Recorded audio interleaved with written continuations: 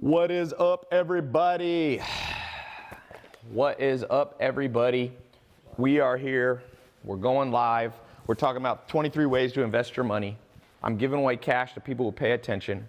I've got my iPhone giveaway ready to go. Somebody's going to get this iPhone, this 128 gig iPhone 7. I don't have the iPhone 10 yet, but more important than that, by the way, what do you guys think of the new, you guys like the new suit? It's a Paul Smith blazer, a little plaid. Maya says she doesn't like plaid, but let me just do a quick question for you. Who wants this $100 to start? I'm going to PayPal one person, the first person to answer this very simply. So $100 to the first person who answers this question. What is the current price of, well, we'll make it easy. What did Bitcoin just go above? The price of Bitcoin. You probably heard of Bitcoin. It was at $4,000, here we go. Justin Z the Bean, over $7,000. Justin Z the Bean on Twitter, sending you $100. Someone else might have said it first. That was the first one I saw. Did you know if you had put $100 in a room, you took $100 that I PayPal'd you, you put it in a room, we'll call it the Bitcoin room. You walk out of the Bitcoin room and you just go do your thing for 7 years. You come back, that room, this is 10 grand. You will say you put 100. Would not just have 10 grand in it. It wouldn't just have 100 grand in it. It wouldn't just have $1 million.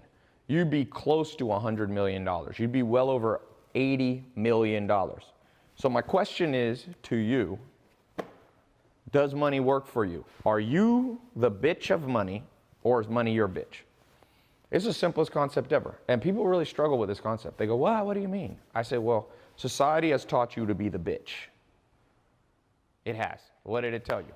Get a job, get a college degree, everything works out. There's nothing wrong with having a job. There's nothing wrong with a college degree. But it doesn't work out like that. I wish. It maybe did in 1953. But welcome to a world that's no longer 1953. So you have to ask yourself, do you know two things? Two things. We're talking about 23 ways, different strategies to invest your money. Two things I want to go over. The first thing is you have to know what room. The room represents the strategy. Bitcoin is a room. Investing in gold is a room. Day trading is a room. Investing in private businesses is a room. 401ks are a room. Annuities are a room. ICOs are a room. High yield lending is a room. Investing in apartments is a room. Stock options, day trading, Forex. These are rooms. Oil is a room. So you got to know what room, and you have to know when to invest. So you got your money here. This represents a dollar bill. You got to know when to put that dollar bill in the room. And in addition to that, the third thing is you have to know how to get the money to start with. It all starts here. You get some extra money. The definition of investments, money, investable money, is money that you have left over.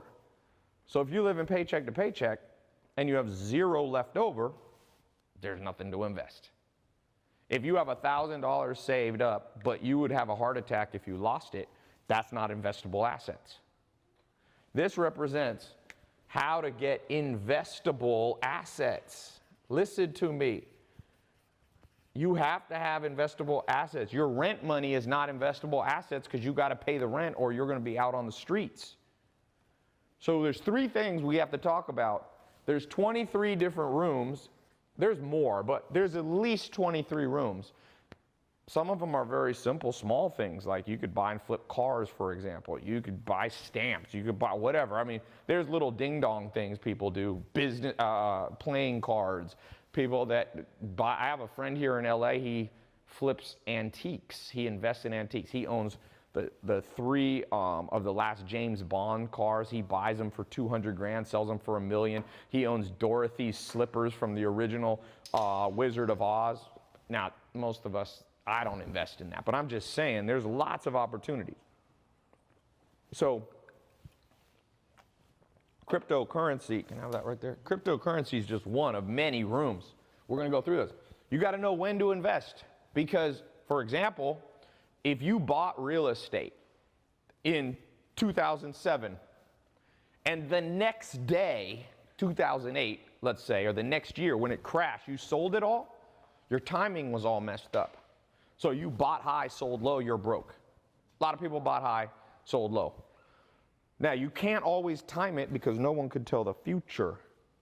And this number 2 one, you have to understand what you're talking about. A lot of people have some investable assets. A lot of people know the room they want to put money in, but they don't know when and how. Okay? Very important. If you know this, you're no longer the bitch of money. And I don't care if you're watching this and you're 18 or you're 900 years old. You're Methuselah from the Bible. The rules don't change. Just like the rules of gravity don't change. I don't care if some of you tell me you're a badass. You jump off a building, concrete is a bitch. And you won't die from the fall. You will die from the sudden deacceleration in physics. Your feet will go into your head. Somebody said they think people are stupid who are buying Bitcoin. Are you God? You know the future of Bitcoin? Bitcoin could go to 20,000, it could go to 0. Probably not going to go to 0. Probably not going to go to 20,000. Okay? No one knows. By the way, if you meet people that tell you, I'll tell you a story. One of the rooms is gold. Okay? Gold is a room, aka a strategy you can invest money in. I had a buddy 3 years ago, maybe 4 years ago, go, Tai, I guarantee you put all your money in gold and you're going to make bank. Now let me show you. Pull up on your phone if you want, or I'll do it for you. Let's look at a gold chart of investing in gold. What would have happened? So you just literally type in, it's free, gold price chart. You can take any of the websites, they're all about the same. Let's look at a chart of gold right here. This is called goldprice.org. Oh, damn it, wrong one. Let me show Bullion Vault. Here we go. Here's Bullion Vault. You set it for let's set it for 5 years. What's gold done in 5 years? No, let's actually set it for 20 years. Then you can see the whole chart. All right, 20 years. Okay, let me put this sideways. Let me scroll it. Damn it, I got this stupid app. Okay, here we go. I don't know if you guys can see this. Let me turn my brightness down. Brightness is pretty low now. Does it pick that up? That's too low. Damn phones. Put it on half. Okay, here we go. Here's the chart. My friend invested right there when it was at $1,800. Okay? I don't know if you guys could see that. $1,800. It was high. Today it's at $1,200. That means if you put 180,000 in, and that was in approximate year, I'll get the exact year for you. Damn it. This website. So that was in 2011, 12. So it was like 5 years ago. And this is about when he told me. I don't remember the exact. It's when I lived in my other house. So it's probably like 12 or 13. And he was buying high. So if he put 180,000 in, he'd have 112,000 now or 120,000 now. So it's super important that everybody watching this understand that you can go in the right room at the wrong time. But I want you to know that timing is very difficult. So the person, this guy on Twitter who's so confident in himself going, oh, I know Twitter's going to crash. You don't know, Bitcoin's going to crash. You do not know that. Very key thing for you to know. You do not know that. If you can tell the future, please get off this call. Go to New York City. Go walk into Wall Street. Open a small investment firm. Invest your own money and money you borrow from people. If you know the future, you will be wealthier than Jeff Bezos. Tomorrow I'm going to a talk. Jeff Bezos will be there speaking to a group of business owners at this thing called Summit Series. Richest man in the world. You don't know that. You don't know. Even the richest man in the world doesn't know. So what do we do? What do we do? Let's just get into this. Let's start going through the rooms. By the way, I've got a small test group that I'm opening up. We'll probably have 50 to 100,000 people watch this live. a small group of you, 1% of you or 2% or something like that, I'm gonna let you into a test group towards later on in this call. If you wanna work with me for 3 months, me and my team train you how to become a sophisticated investor. It's a paid program. This is a free program. For all you people who get butt hurt when there's paid programs, this is free, so it's free. And you'll learn, I'll teach you stuff free. But if you wanna really rock and roll and focus on this, put your money where your mouth is. That's what I say to people, okay? That's why I say only 1 or 2% of people will do that, which is fine with me. I don't care. I don't care. I honestly don't. Sometimes people are like, oh, are you a used car salesman? I'm like, nope. Because I'm a used car salesman that don't care if you buy my cars or not.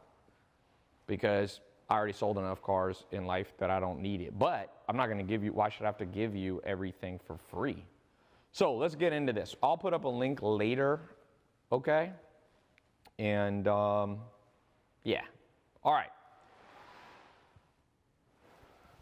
So I want to read a few comments here. Are dollar stocks a bust or a good?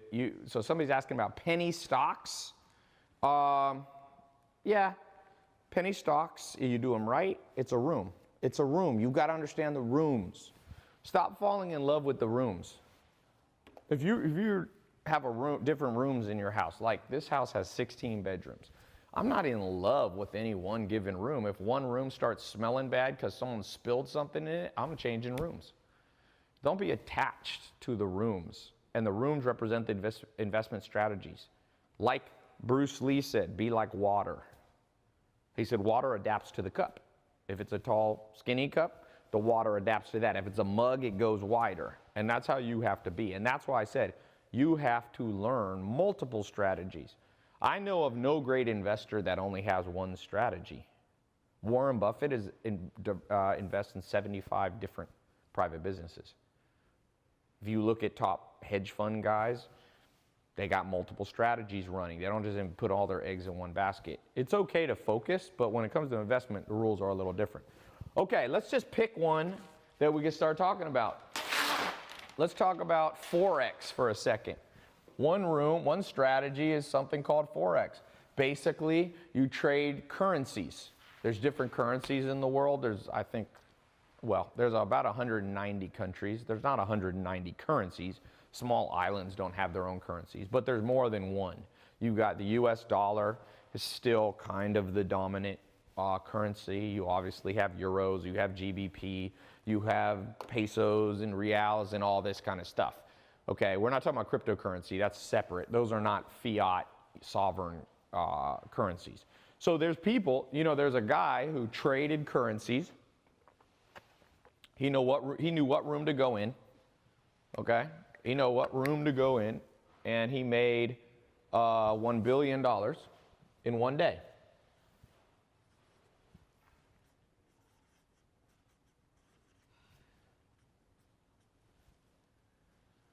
$1 billion in one day. Not bad. He made $1,000 million. So someone said on Instagram, Tai, is Forex sketchy? I mean, I don't know. What do you mean sketchy? Do foreign currencies exist? Are there arbitrage opportunities? Yeah. Is that sketchy? I don't know. It doesn't seem sketchy to me. But if it is sketchy to you, don't go in that room. That's what I tell people. People are like, no, I don't like that room. Well, just don't go in it. But for those of you who are listening, pay attention to this room. There is a room called Forex, and there's an opportunity for you. Now, probably none of us will ever make $1 billion in one day. That is an extreme example, okay? Be smart enough to understand that I'm not saying you will make $1 billion in one day. If somebody thinks that, if you think that because he made it, you'll automatically make it, then you're too dumb to be an investor. And it is possible to be too dumb to be an investor. You don't have to be a genius, by the way. You don't have to have 150 IQ to be an investor, but you can't be a moron, okay? Let's be honest. A fool and their money is soon parted. So it's critical that you, as a human being, have enough common sense to be able to get the general principles that I'm talking about. When I talk about Bitcoin, you got to be smart enough in that room. You got to be smart enough to that room to understand that just because Bitcoin went to $7,000, that it doesn't mean it's going to automatically go up another $7,000. It just doesn't. One of the rules, I'll tell you, a very good rule. Remember I said one of the strategies you have to understand is when to invest? So when should you invest in things in general? Some of the greatest investors, they have a saying that they follow. They say when there's blood in the street. What that means is a little bit what Warren Buffett said. When people are fearful, you should be excited. When the masses are excited, you should be fearful. You know, I was lucky. I've been investing in real estate part-time for over 10 years. And I remember back in 2007, everybody was saying, real estate, you can't lose. So I understood a principle of timing. When everybody's excited, I should be fearful. And so I didn't do that much real estate investing in 2007 when it was at the top. I was very careful. And sure enough, 2008, it crashed, but I didn't lose a penny. Okay? Because they could have taught us this in school. They should understand. And the reason, for those of you who want to understand the economic principle behind, it's very simple, supply and demand. When the demand gets too heavy, right, too many people want to invest in real estate, let's say in 2007, the price gets inflated because supply is limited. There's only so much real estate in the world. There's only so much gold in the world, okay? Unless we find gold on other planets, which people are working on, but we haven't found it yet. So gold is in finite supply. Bitcoin is in finite supply. It grows through something called mining, but there's not infinite. They can't just make new Bitcoin, infinite Bitcoin every day. So what that means is, if you understand simple common sense, when everybody's excited, everybody starts pouring money in, that creates something called asset price inflation. And then you buy high, and when it gets too high, what goes up must come down. Simple rule of physics. So people then get freaked out. They're fearful when they should be excited. The bottom of the market, they sell. You should be buying at the damn bottom of the market. I will give you an example. There's a man named Warren Buffett. In my opinion, he's by far the best business person alive. And he said something very simple. When the market was high, he just kept all his money in cash. And everybody laughed at him. Oh, you know, cash. Why are you keeping it in cash? You know you only get 1% interest. He said, because I'm waiting. I'm waiting for the tide to come in. He says, when the tide comes in, you see who's swimming naked. And a lot of people were swimming naked in 2007. Market crash. He bought. He bought 10% of Bank of America when it was crashing. He knew Bank of America wouldn't disappear. It's too big to fail. The U.S. government will step in and never let Bank of America crash. So he bought not a controlling interest, but somewhat. He got a board seat, basically. It's complicated, but he got control of the compensation committee and all that kind of stuff. So he bought this thing, boom, when everyone was fearful at the bottom. Oh, the world, sky's falling. All banks will disappear in America, blah, blah, blah. He bought this thing right here. He literally came in and bought stuff up. Boom, buying left and right. With Coca-Cola. He owns millions and hundreds of millions of dollars in Coca-Cola. He waited till everybody was freaked out, some bad news about Coca-Cola. The thing came down. He said, Coca-Cola isn't going anywhere. He said, everybody's fearful of Coca-Cola. I'm excited. That's what he said. And he makes $200 billion a year.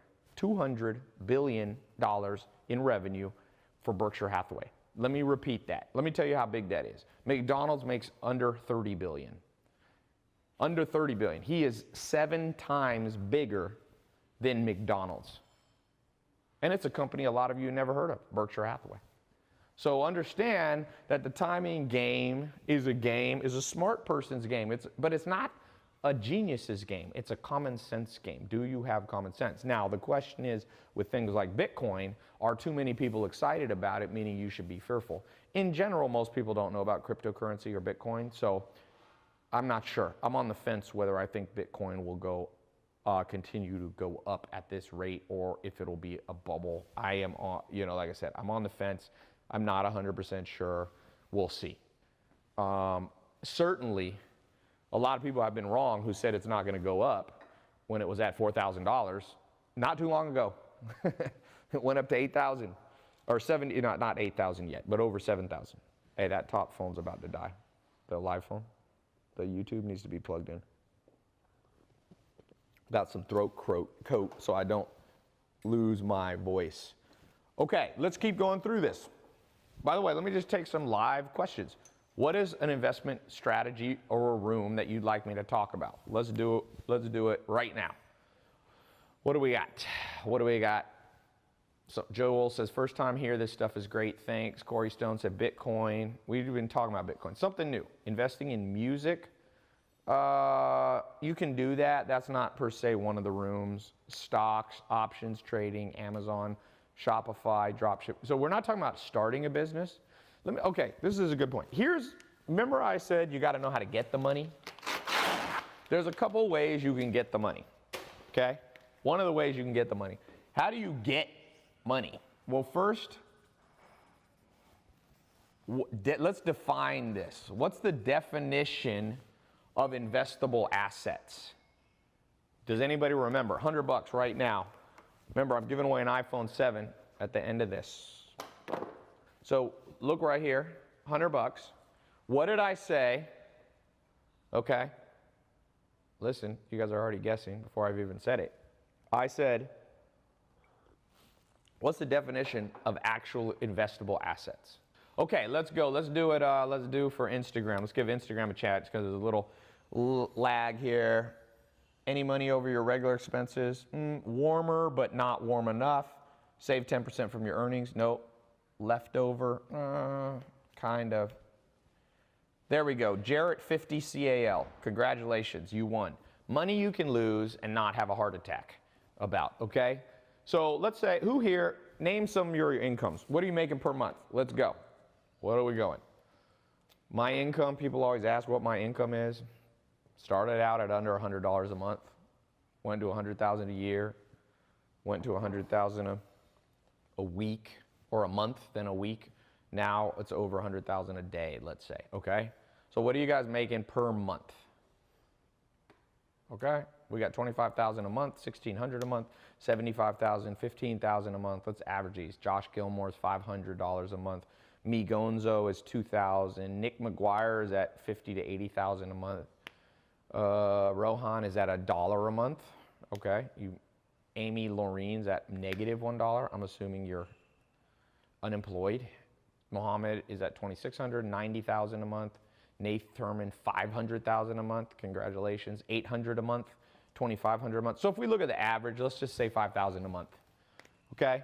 So here's the definition. $5,000 a month.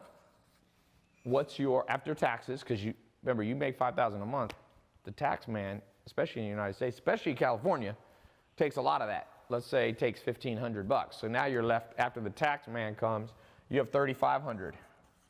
What's your expenses? Well, most people's expenses, let's say if you're doing well, you have $3,000 in expenses. So we're left with $500. Now, even that amount is not your investable asset amount. My question to you is, out of that $500, if you put it in a room, an investment strategy, and you lost it, would you have a heart attack? Because if you would, then 500 is not your investable asset amount. If you could say, let's just say you have $500 extra a month, how much could you lose and not have a heart attack out of $500? Let's list it. What do we got? Hamza said, no, $250. Lisa Miles on Instagram said 100. Jay said none. Duck Unis said $50. Okay, every number that's being listed now, live, that, my friend, is your investable asset amount. And I don't care if your investable asset amount is $50 or not, that's it. What you can afford to lose after all your daily life expenses are taken care of, that's where you are at an investor. Donto G on YouTube said $10. Well, thanks for being honest. You don't have a big amount, but something's better than nothing. At least it's not zero. And this principle, you might say, why is Ty talking about this? Because everybody misses this principle. They go, oh, I make $5,000 a month. and I can invest 5,000. Or people say, Tai, I got 10 grand in the bank. What can I do with it to invest? Well, first of all, you didn't tell me your psychological profile. We got to know your psychological profile. Technical scientists, economists, financial planners. You know, if you know, I was a financial planner for many years. I became a CFP more than 10 years ago. I'm not a CFP anymore because I'm not a financial planner. Now I run my own businesses. But there is something called your risk tolerance profile. And I just want you to tell me, okay, it's basically here, right here. The arrow goes this way. You're a high risk person, you're okay with it, and you're conservative. And we'll call this a 1 and this a 100. Name your number. How risky are you? Meaning, if you lost it all, are you like, I'll just start over again? If you lost all your money, but you wouldn't have a heart attack, you'd sleep good that night, you're a 100. If you lose $1 and you have a heart attack, you're conservative, you're a 1. What numbers do we have here? Lamonte Sullivan said a 70. Jason said a 140. Jason, you can't be a 140. Puff King 530 said a 50. So one simple way to think about this is not exactly right, but listen to what I'm about to tell you. Basically, the way to think about this is you can think of this as a percentage. So let's say you're a 60. You can multiply, and let's say you have $500 left each month after your expenses are paid. You could take 500 and multiply it by 0.60 or 60%. So that means $300. I'm showing you guys a trick right here, a good one. It's not perfect, but nobody ever told you this before. Listen to what I'm telling you. This is the general way to think about it. If you have $10,000 in your bank account and you want to invest it, don't invest all $10,000. If you're a 30 on the risk tolerance profile and you have $10,000, multiply in your calculator $10,000 times 0.30 or 30%. That's $3 grand. And invest that $3 grand in a strategy. Does that make sense? That's a very, very, very good way to think about this game. And people get this wrong. Very few people are a 100, by the way. I bet you're not a 100. There's very few people I've ever met in my life that can go to Vegas, take their life savings, bet it on a roulette, on the roulette table, on one bet, lose it all, and go, all right, let's go eat some food. I'm good. I know people that will jump off a building and commit suicide if that happens. Those are the people that are like over here. So know yourself. One of the great philosophers before Aristotle, before Plato, the Oracle of Delphi, said, number one piece of advice throughout history from a philosopher, know thyself. And people don't know themselves, and they think they do, and they say, oh, Tai, I know myself. Nah, you don't know yourself. The mind is an impenetrable fortress. You only learn about it through friends and enemies, okay? So, glad you guys asked about this. Know this. By the way, for those of you about to get in my test group when I put the link up, we're going to go in depth in this stuff. Give me 3 months. The school system had from age 6 to age 18, 12 years to teach you this, and it taught 0. Give me 3 months. We're not going to learn everything in this one freaking, call right here. We're going to get through as much as we can, but is it realistic I can go through 23 investment strategies, make you a sophisticated investor in one call? No, it's not possible. Physically, mathematically impossible. But I can teach you some stuff today and get you on the right path. You know what blows my mind? Everybody in the world in the gym, and they want muscles, which I'm all for. My dad was a pro bodybuilder. I work out a little bit. I'm not a pro bodybuilder by any means, but my goal is, like I just did my, I did my body fat test, and I am roughly, I did a muscle test. So it's called, what's the damn thing? Spectra, not Spectra, DEXA. The DEXA truck was just here. And it's an x-ray of my body. They did it yesterday. I do it about once every 1 or 2 months. And in the last year, I added about 10 pounds of muscle, okay? So you want to add some muscle to your body if you're a guy or a girl, by the way. Usually women don't want to have 22-inch biceps. Rome, if you guys see him on my Snapchat, he's at 21.5 biceps, big. We got muscle. But where's the people who want muscle of the brain? Do you want muscle when it comes to money? No. People are like, oh, I don't care. I say, how much you pay for your gym membership? $50 a month. How much do you pay for your brain training membership? $0. Oh, okay, that makes a lot of sense. Remember, you can make money long beyond the time that you can have big muscles. You could be making money. Charlie Munger's 92 years old, still a billionaire. So I'm surprised that we live in a world where people are like, I'll pay my gym membership, I'll pay a personal trainer, I'll pay for gym equipment in my house, I'll buy weights. But I'm like, are you investing in your brain so that you have muscles around the concept of investing? No.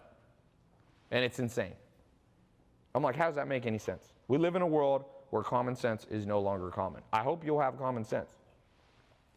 I hope you'll invest time, energy, and money to learn from every place that you can, or else you will be the bitch of money. Mark my words. If you don't believe me, look at this statistic. The average person in America, for every $1,000 they earn, saves $50 a month. Okay? The other 900, now that's every 1,000. So let's say someone makes 3,000, they save $150 a month. That's a nightmare.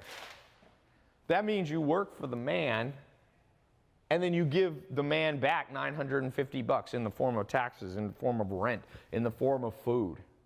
The average person saves $50 for every 1,000. If you don't believe me, look at your bank account. How much are you saving for, let's say you make $3,000 this month. Are you saving more than $150 in your bank? Is your bank account continually going down or staying static, or is it going up? That's a question that I have for you. And people struggle with that one. Oops. So that's a person who, they're the bitch of money. And I hope that's not you. And that's the primary goal that I have here. The thing that you must do, the most important thing is, first of all, you want to try to at least save 10%. At least 10. And if you do 10%, you're already double the average population. If you can do 20, you're amazing. That'd be $200. If you can do over $300 per 1,000, you're a monster in a good way. You're like somebody with 21-inch biceps. You know what I'm saying? Now, someone said they save $700 a month, but that doesn't tell me anything. What if you're making $1 million a month and you're only saving $700? Tony Robbins says $20, 20%, Jared Greenwald said. The point is, the more the better. Bill Gates, let's do the math real quick. Bill Gates, let's do Jeff Bezos. He's going to be tomorrow speaking at this thing that I'm going to watch. He has, what does he have right now, 92 billion? Let's just think right here. Richest man in the world, he passed Bill Gates, Warren Buffett, the Zara guy, 92, I think it's, let's just say 90 billion. If he makes 5% on his money, just 5%, because he invests his money, trust me, it's not all in Amazon. He has cash, he has family office, he has diversified assets. What's 5% of 90 billion? It is what? 4.5 billion a year from investing. Now, divide that by 12 months, roughly, let's just say roughly, that's around $400 million a month. A month. Now, let's divide that by 30. What's 400 divided by 30? Let's say roughly, I don't know, 13 million a day. Is my math right on that? 400, yeah, roughly. 13 million, so let's say he works 8 hours a day. He's making, just an interest, by the way, just an interest. He's making at least 1 million an hour. So people, what's minimum wage right now? 10 bucks an hour? Depending on what state you're in, 8 bucks, 12 bucks, something around there. So the best, wealthiest people in the world have an advantage over us because they have large amount of investable assets. So it's not bad though. You make $1 million an hour, you take a nap for an hour, you wake up, there's another $1 million in there, and the thing just runs. Financial alchemy.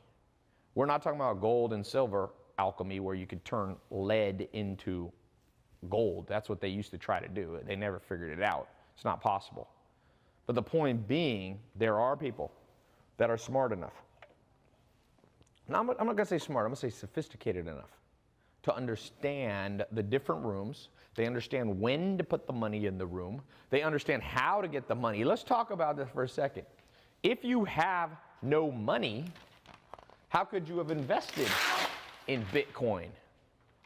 100 bucks made you 80 million. How could you have done Forex trading? George Soros making $1 billion. Like, is it even possible? No, it's not possible if you don't have any money. Because the rule is you can't make zero in a passive investment into something. Because 0 times 100% return on money is still 0. You can do it with a business. I've started businesses with 0 money and made them into multi-million-dollar businesses. So we're not talking about that though today. Some of you are in my programs on how to build a business. Some of you are already entrepreneurs, you're building businesses. That is not what this conversation is about. Today's conversation is about if you've got 100 bucks sitting around, if you have 100 grand sitting around, if you have $1,000 sitting around, how the hell do you take that and grow it passively? Meaning you sit around and watch it go up. Sometimes it goes down and sometimes it goes up. So here's a simple strategy, everybody here. I'm going to give this to you right here. Here's you. You have what's called a circle of influence.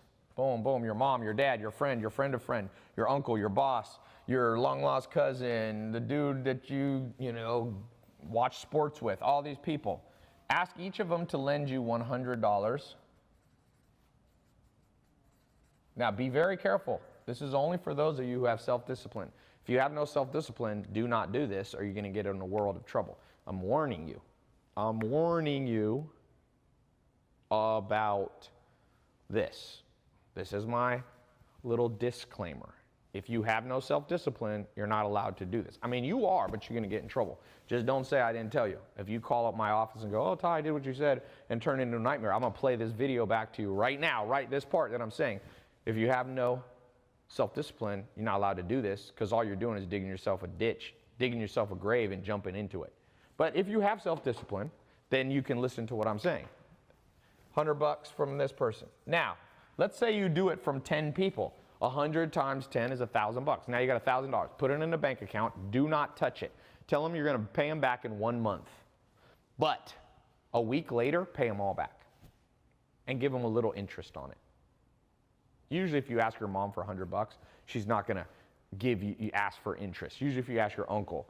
So if it's family and friends, they give you 100 bucks, send them back a little more. Be like, here's 110 bucks back. Okay? Give them 110 bucks back. So yeah, it'll cost you $100 in interest if you do that to 10 people. But guess what? You've now created allies. Allies.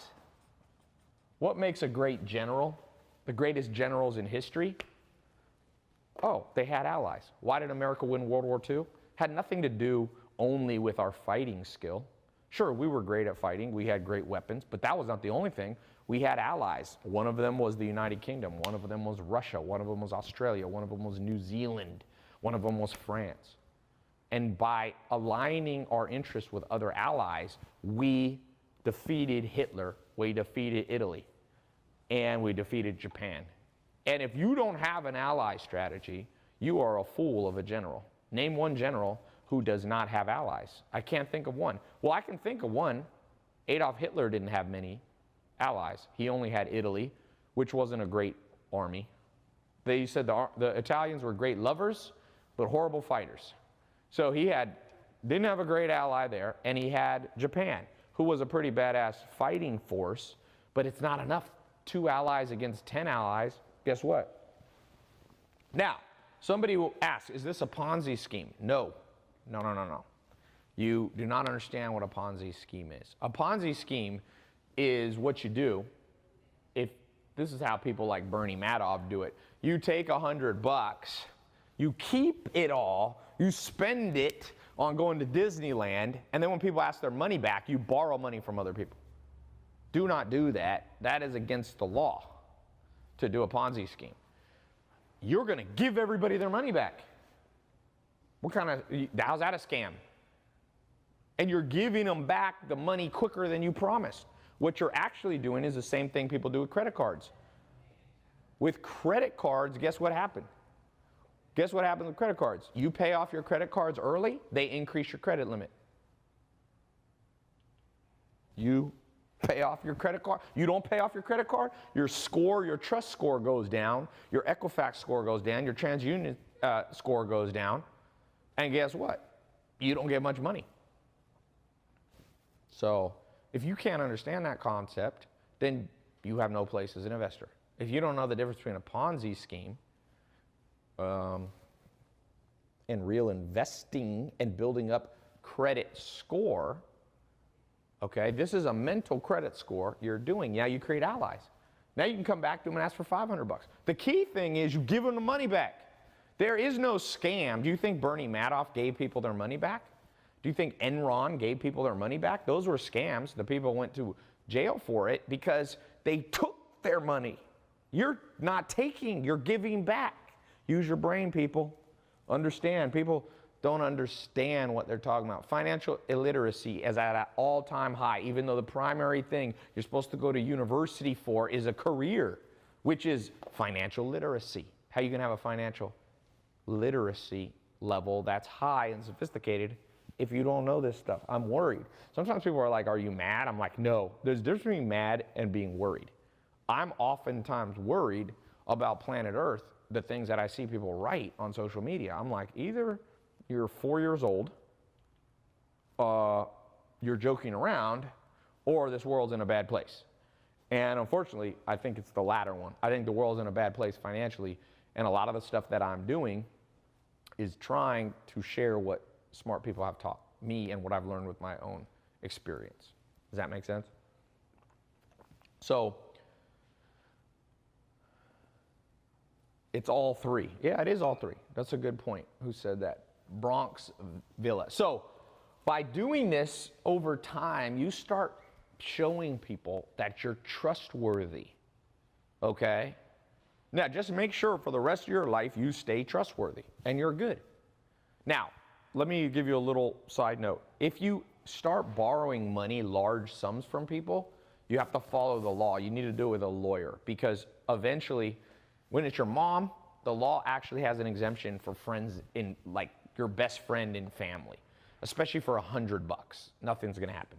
If you start raising like a lot of money like this, you have to do it through a law firm because there's specific laws on disclosures and, you know, prospectuses and what's called a PPM and all this stuff, okay? That's not what I'm talking about. I'm talking about your uncle for $100. Jeff Bezos, richest man in the world, the way he started out, he got his mom and his dad, put $300,000 into Amazon.com in 1994. Okay, that's allowed. It's his own parents.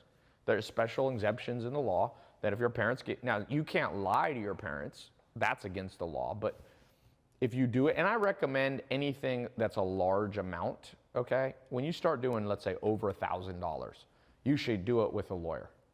If it's $10, okay, and you're borrowing $10 from your mom, you're good, all right? Just pay your mom back. Because here's the problem, and this is where people mess up with investors. Never bite the hand that feeds you. And when you stop paying people back, it's better for you to skip a meal than skip an investor payment.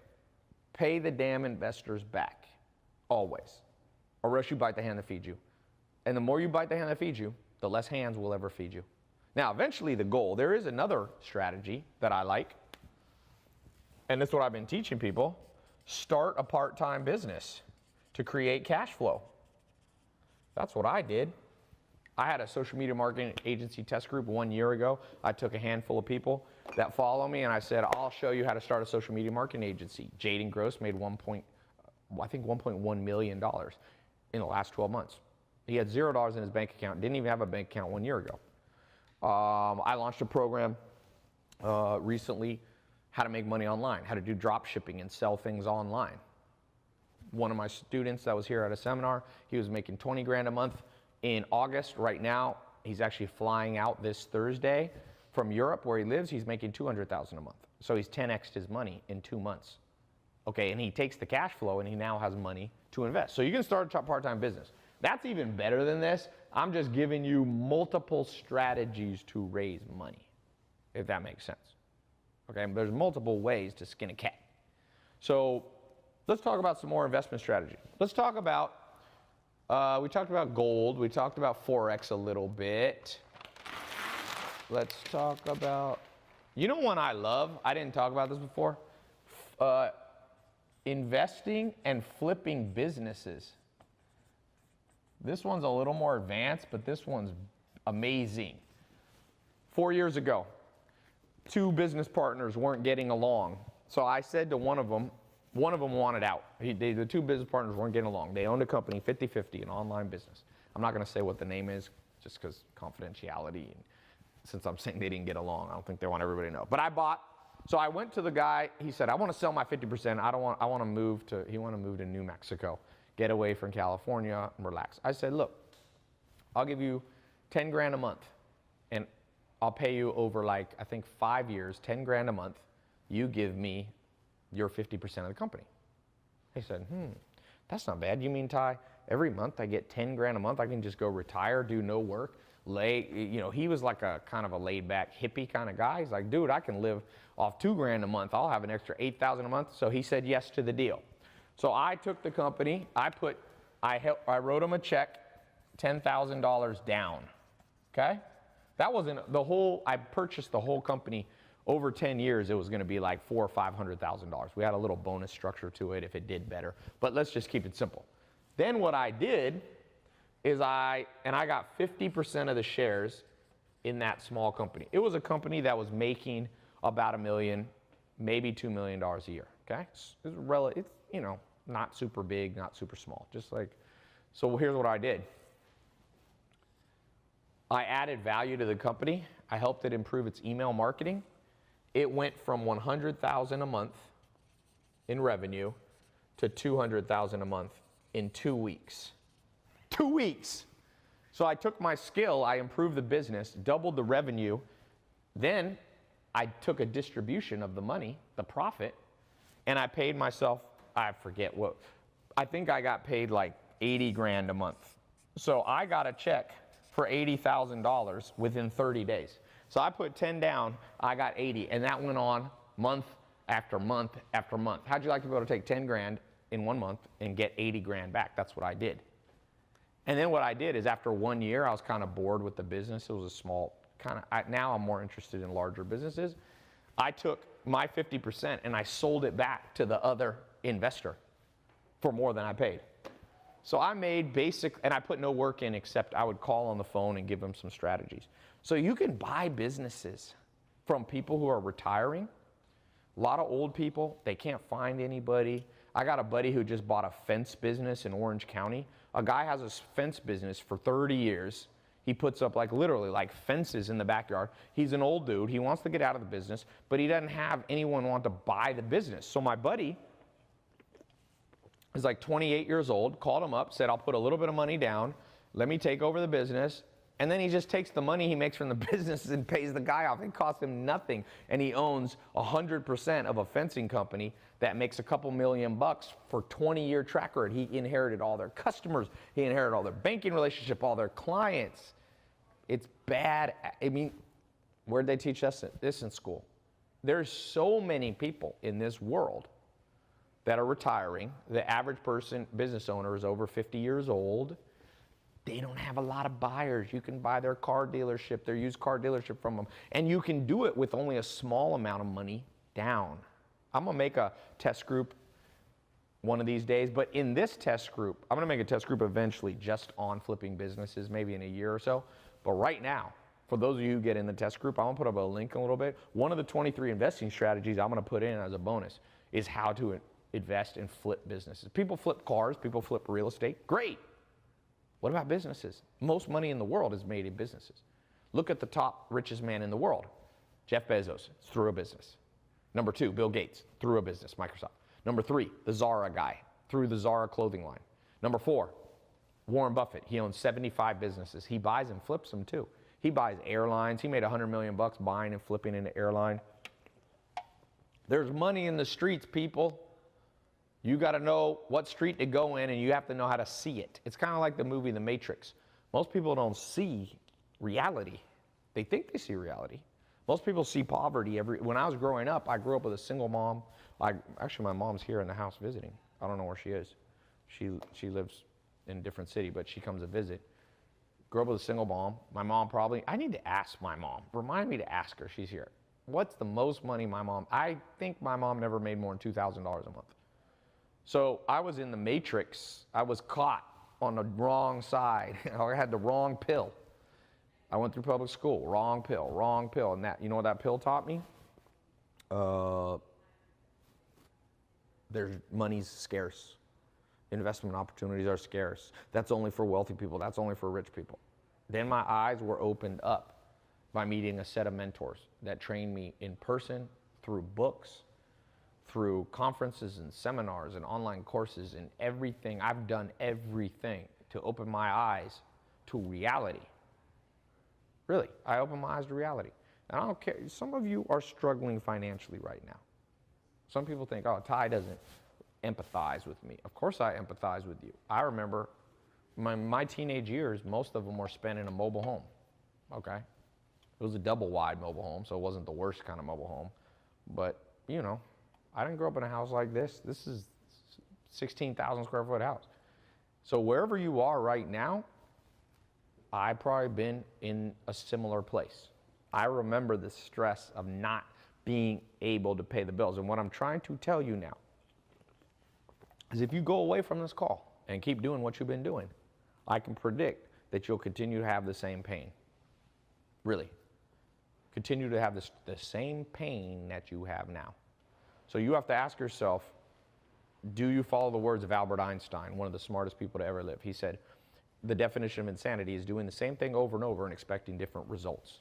Some of you are going to just walk away from this and go, oh, well, okay, I'm just going to work a little harder at my job. I'm just going to do the same thing over and over, and things are going to work out for me. No, it doesn't. You keep beating your head against the wall. The only thing, the wall doesn't change. You beat your head against a concrete wall. There's at no time in the future where you're banging your head on a concrete wall, the wall suddenly gives in. Your head gives in. Your happiness gives in. Your health gives in. And that's where we are in the world right now. Joel Salatin, my first mentor, told me, Tai, there is no change without a change in routine. What's your change strategy? Somebody listed, what's your change where you say, what am I going to do different tomorrow? What are you going to do different tomorrow? What do we have? I'm very interested to see what people's strategies are. Write lists. Okay. Feel different. Get out of your comfort zone. I need people to be more specific here. Work out cardio. That's going to change your body. You're going to get a six-pack of the stomach, the abs, but where's the six-pack of the mind? Wake up earlier. Waking up earlier is great. I have not found that really matters. It's how many hours you put in and how smart you do it. It's okay if you wake up early. It's not going to hurt you. Read a book a week. That'll help. That in and of itself is not enough, but that is a great help. Build your bank account. How are you going to build it, though? Where's the specific? I need specificity. You can't have, people have very vague goals. I'm going to give you a practical goal. You could say, I'm going to take $50 and invest in Bitcoin. Now, I don't care. By the way, I don't make any money if you invest in Bitcoin. I'm not on the Bitcoin board, nothing. But you could say, I'm going to just test this game and see if it goes up. And maybe I lose all my $50, maybe I don't. But out of it, you will become a more sophisticated investor. Your goal should not be to immediately become a millionaire or a billionaire. That's not how life works. You don't immediately get anything good. Name one good thing you get immediately. You don't get muscles immediately. If you're unhealthy and you weigh 50 pounds too much, you don't instantly go and cut 50 pounds unless you do liposuction or some weird thing and half the people die who do these tummy tuck things. If you try to change too fast, you die. But you can make one thing, if people are overweight, you can go in your kitchen cabinet and you can throw out every piece of junk food so you don't tempt yourself. That's a practical thing. But now we're talking about a practical thing when it comes to you becoming a sophisticated investor, understanding the 23 different strategies, the different rooms you can put money in, understanding when to put it in, how to get the money, understanding timing, understanding what you can't time. You can't time everything. Someone said, how do you stop unhealthy habits and addictions? That's a good question. One of the things, we have unhealthy habits and addictions when it comes to money. The average person, if they make an extra $1,000, they spend it very, very, very, very quickly on something 1 year later they can't even remember what benefit it got them. Whether it be, a trip or something. I mean, when you travel, I like travel. You put $1,000 of traveling, you can get some benefit from it, but most people, you go to Disneyland, a year later, there's no benefit. It's not like you were business networking, not like there's some end game to it. It's just you felt good that one day, So one way to break a habit, and the best way to break bad money habits, is change who you surround yourself with. Without a doubt, look, I had some of you saw in the last couple of weeks, I did some business networking parties at my house. The other day I went out to a club. Some of you guys saw this on Snapchat. And I brought like 10 friends. Some of them I didn't know. Some of them were friends of friends, new people I met. And I counted up how much money was at my table. It was $6.5 billion in net worth. There was 2 billionaires there, one on the Forbes list. There was a couple guys with $200 or $300 million. So I was changing my environment. I grew up in an environment as a kid where I never met somebody who even made 100 grand. So 6.5 billion net worth. How do you think that changed my mindset? What do you think that did for me? Do you think that made me more motivated or less motivated? Do you think that made me wake up earlier or later? Do you think that made me more incentivized to break bad habits that I might still have? So you got to ask yourself, let's put the number right here into the live chat. How many hours a day, how many hours in the last week have you spent around people that are where you want to be in 20 years? People 20 years ahead of you financially. How many hours? Okay, thanks for being honest. BabyWell17 said 0. Justin said 20 hours. Justin, really 20 hours in close contact? Who were they that were 20 years ahead of you? None at all. 0, 0. I'm seeing a lot of zeros. In the last week, 30 minutes, 2 hours, 3 hours, my finance professor. Now, let's talk about this, finance professor. Do you want to be a finance professor? Because I don't think finance professors count. Now, I'm not saying you can't learn from a finance professor. Of course you can. But if you want to learn to get in shape, do you learn from a fat basketball player or do you learn from LeBron James and Steph Curry? Like you choose. I'm talking about people who did it, not people who talk about it, people who did it. Okay? I have mentors who are professors, but limited amount. You think I want to learn real estate investing from somebody who wrote a book on how other people invest in real estate, or just go straight to the source, somebody who actually did it? Okay? Someone said 2 hours maybe. So if you look at the average here, probably the average person is spending under 2 hours per week around people who are where you want to be in 20 years financially. Guess what? I can predict something for you. If you don't change that, 99.999999% of you who wrote that, you will be in the same or worse financial precarious situation in 20 years as you are right now. Things will not get better. You don't believe me? Okay. What makes people better at a sport? Hanging out with people who can't. How many, Ronaldo, one of the top soccer players, football players in the world, how many hours a day or a week does he spend around people who are good at soccer? Probably almost all day. How many hours does LeBron James spend around badass basketball players? 0? No. He's spending, I mean, you look at pro basketball players, fix this side, he's probably spending 3 to 5 hours a day, at least 5 days a week. If you count games, he's competing against great people. Ronaldo's competing against great people. So let's just say 3 hours a day times 5 days a week. That's 15 hours. Let's say 15 to 25 hours. That's what pro athletes do to become great at their sport. Do you want to be great at money, great at financial sophistication? Do you want to be happy, healthy, wealthy, and wise? Then you got to put in the time. Now the problem is, who the heck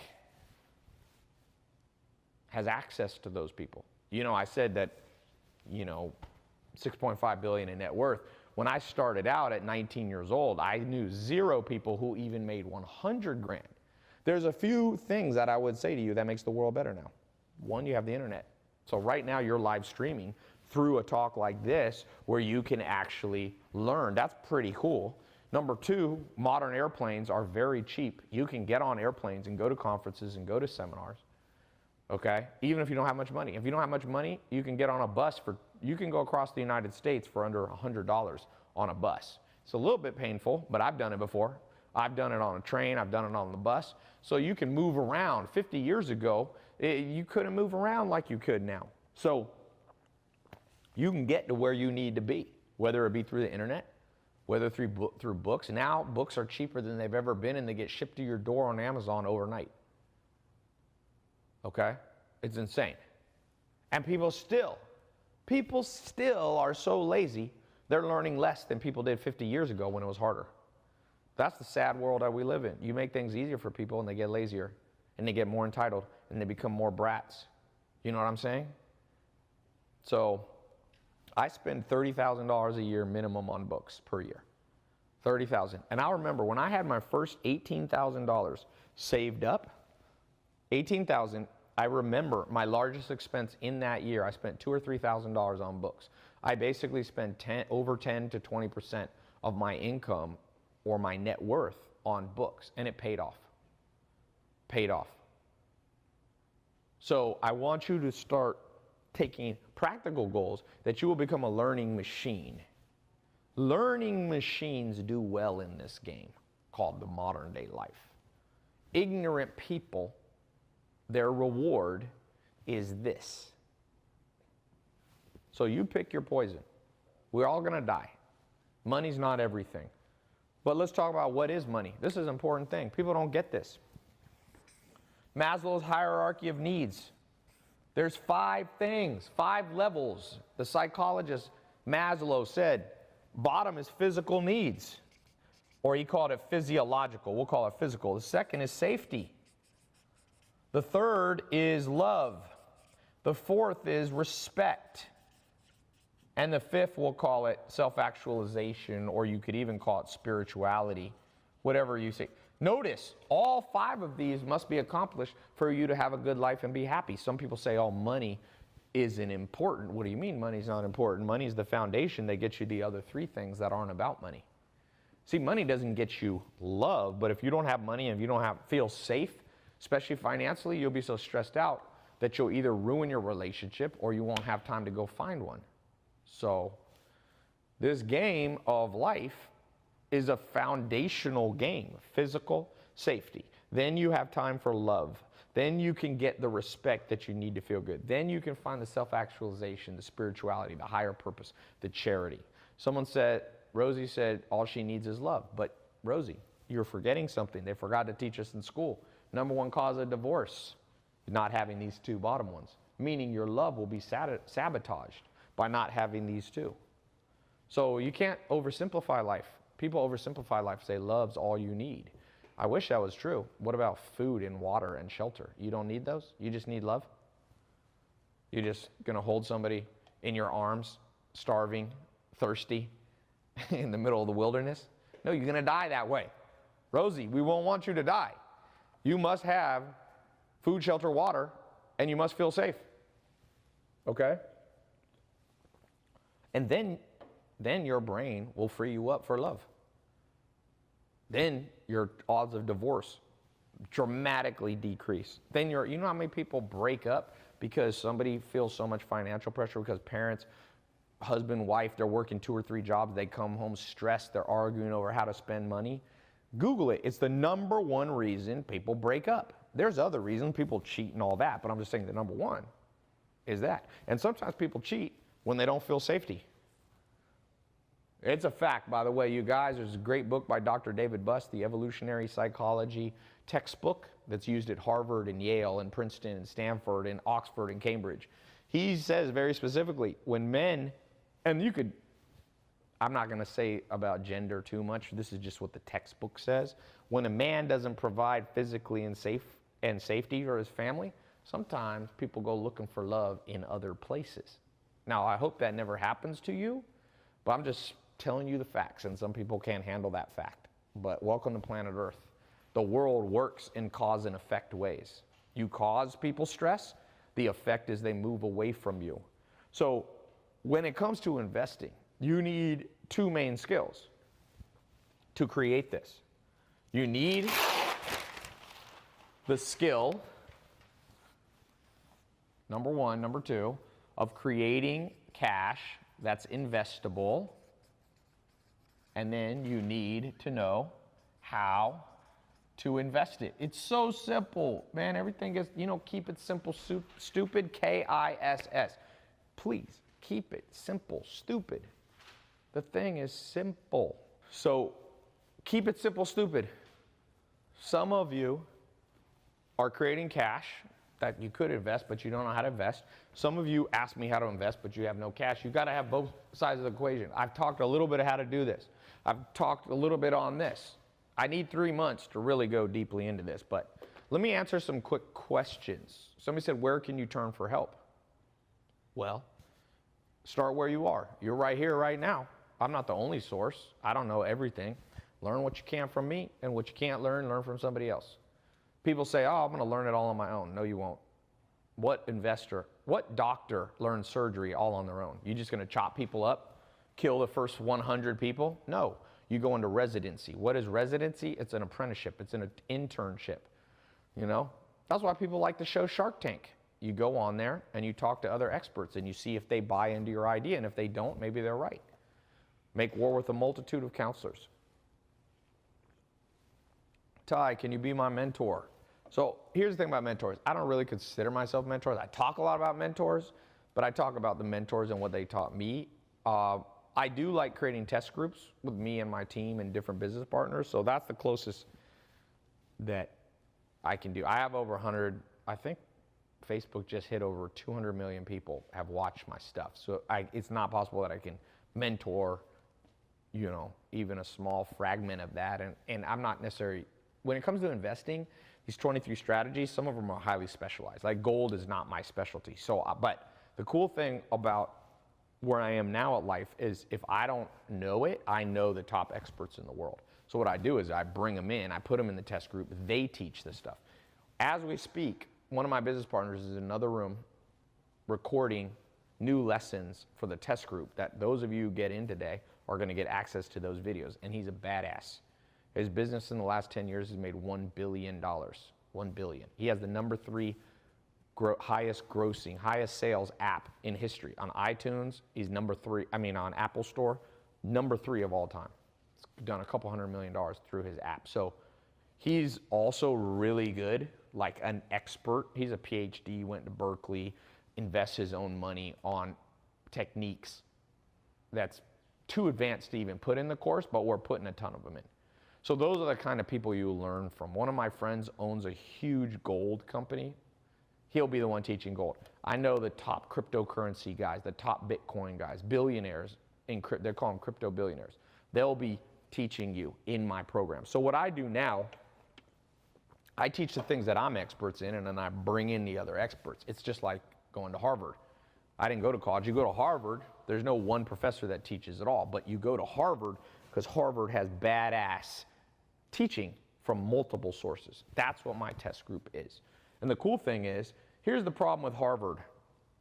If you went to Harvard, you'd make a lot more money in your life. Every single person. Let's not kid ourselves. If you were going to Harvard right now, trust me, when you graduated, you would get a better job, a very high-paying job. You would make a lot of money. But, You come out with about 1 to 300,000 in debt if you didn't get scholarships. Number two, you know how hard it is to get into Harvard? Like, be my guest. For me, it wasn't an option. And you can be smart and you still can't get in. So what I've done, I've democratized this thing. Anybody can get in. As long as you're a good person, we will kick out annoying people. So basically, it's not who your mom was, who your dad was, because Harvard has something called a legacy exemption, meaning if your mom and dad went to Harvard, you're more likely to get in. That doesn't seem fair to me.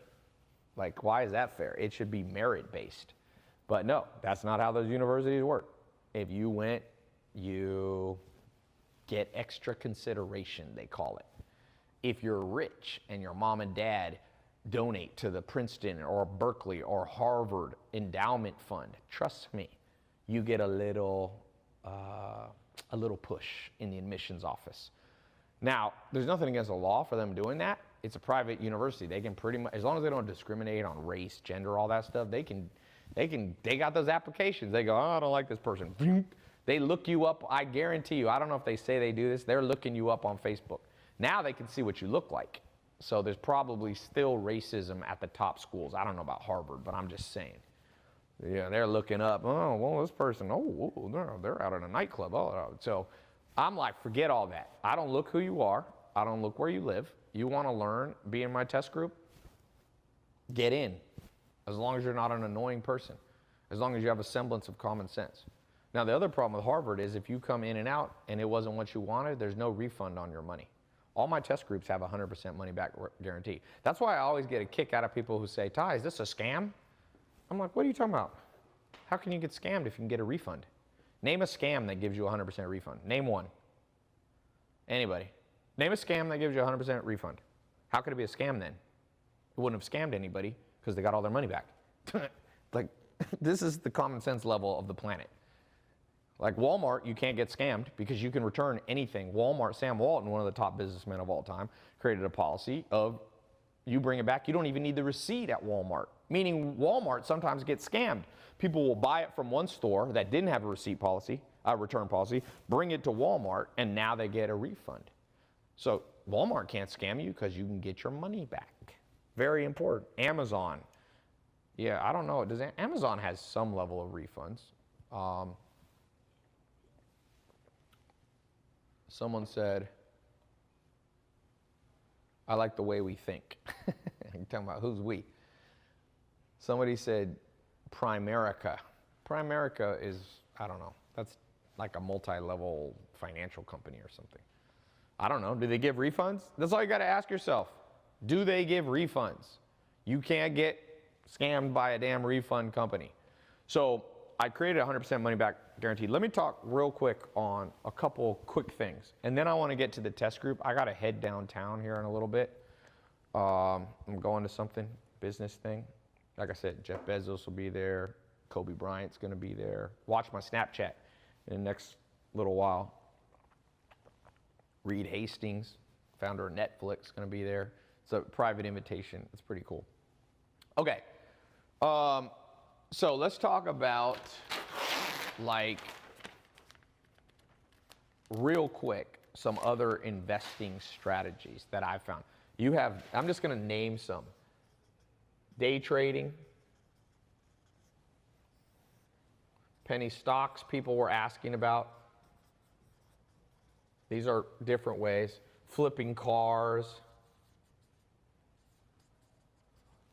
oil and gas. I got a buddy that does this. There's a lot of tax benefits. You can get these credits and all this crazy thing. You can invest in movies.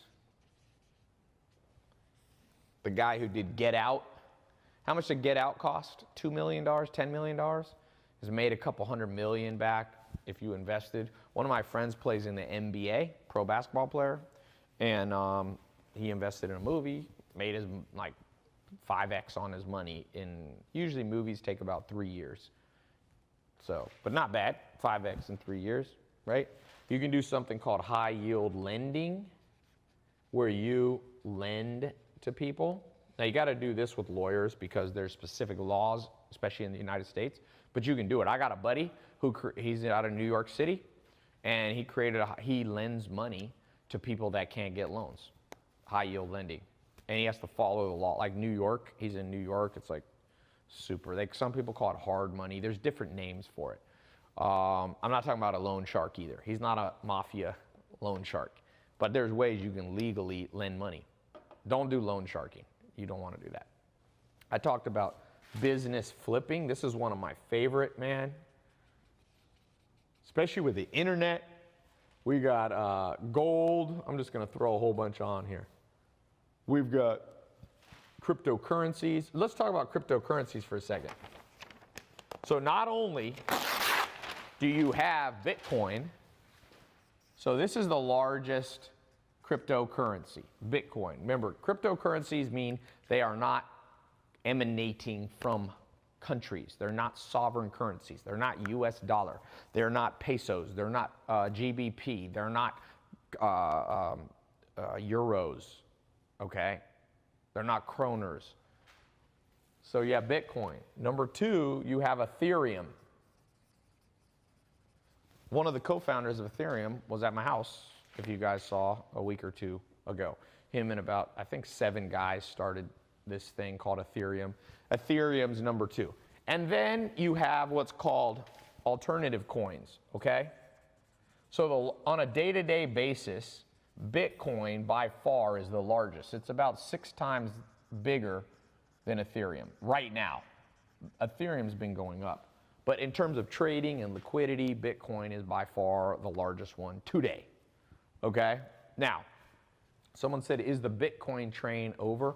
I don't know. I was at a crypto dinner last month, and I was talking to the #1 crypto lawyer in the world. These guys are at a company, at a law firm called Perkins Coie. And I said, what's your opinion? He said, bet on Bitcoin. That's what he told me.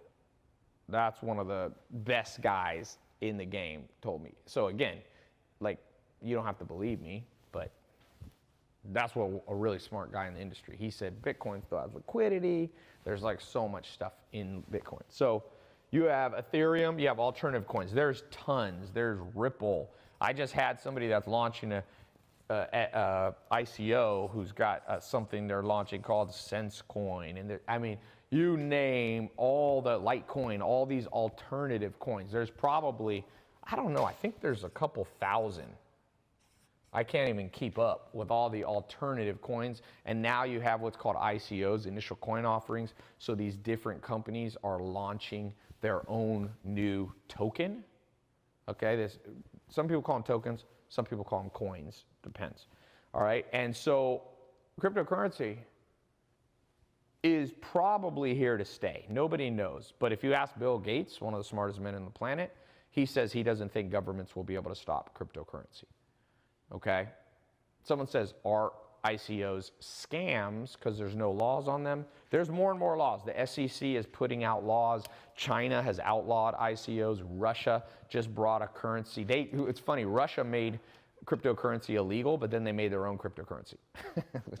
There's something called the blockchain, which is even more important potentially than cryptocurrency. For those of you getting the test group, we'll be teaching you about the blockchain. The blockchain is a protocol that may become, many people think it will replace the internet. I just said it. It will replace the internet. 1994, the internet began to transform the world. It's disrupted industries. It's disrupted the hotel industry and the airline industry, and Uber's taken over the world and all this. That's the internet. There's a potential that blockchain, okay, which is kind of the underlying protocol of all these cryptocurrencies, will become the most powerful force on the planet, okay? So no one knows exactly. It's still early in the game, but blockchain is pretty cool. It's a way to democratize and decentralize everything. Real estate can be put on the blockchain. I mean, democracy can be put on the blockchain. No longer would you need large governments, no longer. So if you are a far out person and you like conspiracy theories and you like to think outside of the box, man, blockchain, crypto is right up your alley. So like I said, there's a ton of strategies here. And you need to learn this stuff. Even if you don't want to do crypto, let me ask you a question.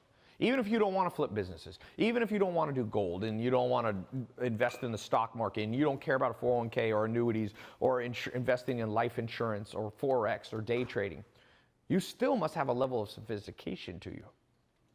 You know, when I go to, why do you think I'm dressed up right now? I'm going to a business thing and people expect you to be knowledgeable and they have expectations. And you have to basically not be an idiot. If you want to raise money for a business, you got to know a little bit about a lot of stuff. Now, you can be an expert in one main thing, but trust me, if I meet somebody and they're like, "Tai, invest in my business," and I go to them, "Okay, yeah, I'm going to a cryptocurrency thing," and they're like, "What's cryptocurrency?" I automatically go, this person's not curious. They don't have an openness to new experience. They're not well read. They're not interested and curious in what's going on in the world. And I go, I'm less likely to do business with them. So each of you, you got to ask yourself, like, are you becoming sophisticated? Because if you're not, you're going to get left behind in this world to other people who are going to take the time to learn stuff. And the problem is everybody knows this, but they think of it old school. They go, well, that's why you go to college, because in college you get a humanities degree, or you get a broad, based experience, and you learn about Egyptian history, and you learn about a little bit about economics and all that. And all that was good, kind of in the 16, 17, 18, 1900s, when the university system was created and at its peak. But the problem now, there's a great book by Stephen Johnson, Where Great Ideas Come From. The speed with which the world's changing is too fast for these old school curriculums to keep up with them. Like, trust me, they're teaching stuff. Go to high schools and look at what they're teaching people. They're teaching people stuff from 5 years ago. Well, guess what? You know how fast the world, I read a book on social media marketing, and it was like put out like a year ago, and it was like how to use Meerkat to grow your audience using live streaming. And I was like, Meerkat no longer exists. They had a whole third of the book. That's how fast the world changes. By the time you write the book, it's outdated. That's why, by the way, I do video courses. Because if something gets outdated, we delete it and upload a new video the same day. That's on track. You can't do that with old school textbooks. Textbooks, you know how much money is in the textbook game? It's almost a scam. These textbooks cost $200 to $500. It costs them like $20 to make the book. And I'm all for people making a profit, but they have a monopolistic scam. That's a scam, That's why I like these video courses and these test groups that I create, because I don't have to charge you $500 per class, per textbook. I can charge you $500 for the whole curriculum. That's half the price of freaking a community college degree. So I hope that each of you is like, I hope you get it. And at the core of everything I've said, I want you to look deep within yourself and go like, do I get it? Because I can't tell you how many people I talk to, and I'm just like, they don't get it. They're like still, that's what I mean. For those of you who like the movie The Matrix, I'm like, they are so caught up on the wrong side of things that they think they see reality and they look out into the world, but they're seeing it like with sunglasses on, so it's too dark. Plato, the philosopher, he wrote an allegory, a story called The Cave, and he said most people this was a version of The Matrix written 2,000 years ago by Plato. It's more accurate than Matrix. He said most people are like in a cave, and they're in the very back of the cave. They're so far back it's completely dark. So they light a fire, and the fire puts their reflection, shadows on the wall. And they're looking at the wall and they're going, oh, that's what a human looks like, that shadow. But they're not seeing the full human, they're seeing a shadow of the human. So Plato said, you have to start walking to the edge of the cave to the light. And he said, the problem is when you first go to the light, it's too bright. It hurts your eyes. You're like, oh, I don't want to go there. So you go back into the darkness because the light is too painful. The truth is too painful. And that's society we live in. If you bring people the truth, they go, no, I want to go back to my old lies. I want to go to the old myths. And they go back deep into the cave and they sit there and they go, look, that's what I look like. I'm this dark shadow They can't see any features. They can't see any details. It's just a shadow. And that's what happens financially. People think they understand the world. They're like, okay, I'm going to invest just in my 401k. They don't even know what a 401k stands for. They don't even know that's a section of tax code. No one told them. They don't know what a Roth IRA are. They don't know what crummy powers are. They think crummy means like somebody sucks. That's a financial term. Crummy powers. That'll have to do with life insurance. When you die, you have to understand. Now, not everybody here has to know everything about finance. Not everybody's going to know. I don't know everything, but you must be sophisticated. And so I want you to look deep within yourself and go, am I willing to be committed to the game of financial planning in my life, to the game of investing, to the game of making money, make money, or am I not? And if you're not, you're going to go way back in that cave and you're going to see darkness and you're going to go, well, I'm working hard. Well, the average job gives a 3% raise per year. That means every 25 years, you'll double your income. If you're okay with that, if you're okay with getting a job at 25 or 30 and you'll double your income at 50, be my guest. Be my guest. You'll go, the average person makes 52 grand a year. By the time 25 years from now, at the average raise rate that you get from working hard at a job, you will be making six figures in 25 years. And some people I pulled out of this darkness, not me, but the stuff I've been able to point people to. It's not me. I'm pointing them to the light at the edge of the cave. I've done it, like I said, did my test group 1 year ago. I like it. It's literally almost 1 year to date. Jaden Gross never had a bank account, went from $0 in a bank account, sent me a screenshot of his bank account with $32,000 in it, now made $1 million gross in his first year. Jose is a guy who got in that same program. He's making, I think, 60 grand a month. You guys saw yesterday on my Snapchat, Samir and Juan. 2 years ago, they started following my stuff, came to a conference at the Roosevelt in Hollywood. They're now making, on a low month, $75,000 a month drop shipping, and their peak month was $220,000.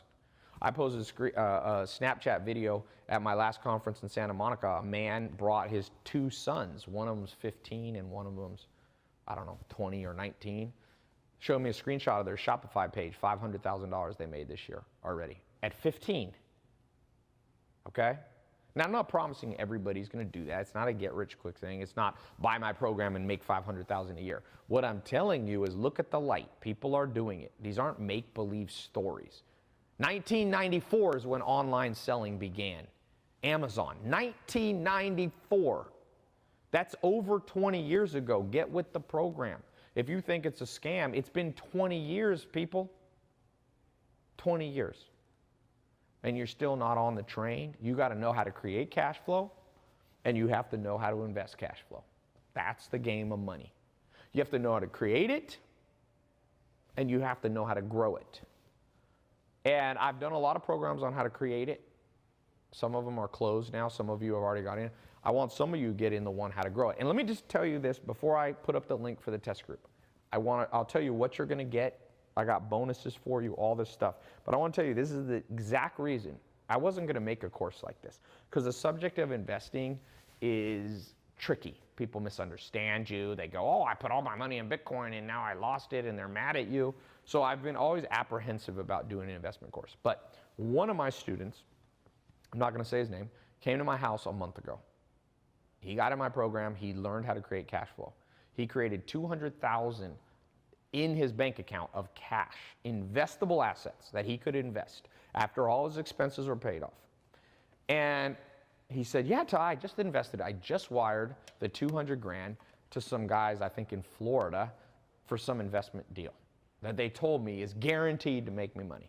So I said, tell me a little more about the deal. And he started talking about it, and I went, oh my God. I just showed somebody how to create a business and make 200 grand.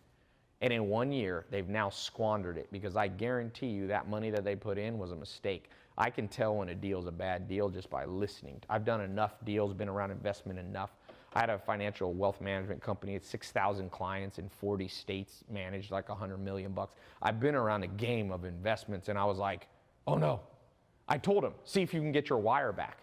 But once you send a wire, boy, you wire money to somebody, they can't get it back. It's not like a credit card where you can call the credit card company and go give my money back. 200 grand. So I said to him, I literally said, dude, I got to make a course on how to invest your money. I'm showing people how to make money, and they're just like making it and just throwing it away in the world most harebrained, stupid ideas I've ever heard. Like, it was such a bad idea. Let's talk about how much it is. Important question. So here's how I decided to do this. Simplest thing ever. I want it to be fair and not too expensive for you, but I also don't want to be like giving out $10,000 worth of value for 3 cents. Okay? That would be stupid too. Never overprice or underprice. Never be too greedy, but never be taken advantage of. Because sometimes, trust me, people will take, you ever had a friend who you do everything for them, you pay for food, you do all this, they never pick up the bill? It's not fair. Life, you should never exploit people, but never allow them to exploit you back. It should just be fair. Justice, man. That's how the world goes. So right now, if you go get a community college class in Los Angeles, here in Los Angeles County, it's $1,000 for a quarter, right? So it's 3 months. It's $1,000. So here, I'll put it to you this way. If you don't think this is going to teach you more than you'll learn in a community college class, and you're learning from people who have made hundreds of millions, billions of dollars online. Billion. Me and my business partner, he's made his last business in the last 10 years, did $1 billion in revenue. Okay? Between me and him, we spent $600 million on online advertising, on the internet game. So you find any community college professor that knows that, and I'll give you your money back. Seriously. So someone said, is the money back guarantee on your website? Yes. It's there. Yeah. And trust me, we've been doing this a long time. So we have a relationship with Visa and MasterCard. We would never want to mess that up because they get mad if you don't give refunds. So, yeah, you go to tailopez.com/investnow, one word. We crashed it when I showed this link, but you good. And then you click, you'll see a simple page. Nothing complicated, but it's 256-bit SSL encrypted, so nobody can steal your credit card number. We don't see your number. It doesn't pop up on my phone. You know, when you hand your credit card to someone at Starbucks or Walmart, they can just go back and take a picture of your phone and have your credit card imprint. Or they have imprint machines if they really, we don't do that. You control the card. It's very safe. Let me read off some people. I'm sure somebody's gotten in. Let's go. Here we go. Spencer Young, right here. Spencer, congratulations, Pennsylvania. Now, one thing I'm going to do, so it's under $1,000 if you pay at one time. For those of you who don't have any money or very little money, I'll also give you a 4-pay option. It's 4-pay or 3-pay? 4-pay. So you have a 4-pay option. That will lower the price massively. So it's not even, if you don't have, you know, $1,000, you can still get in.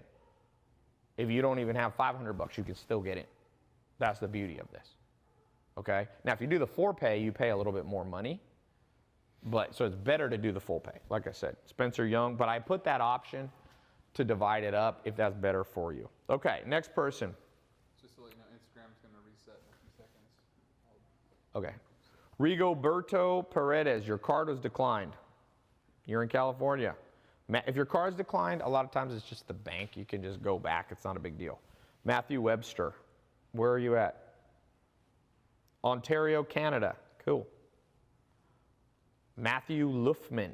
Congratulations. Oh, Australian. Matthew Luffman. Did you post it to the thing? Yeah, I posted it starting again. All right, what else? Who else we got? Jeremy Benet. Oh no, card decline. Zui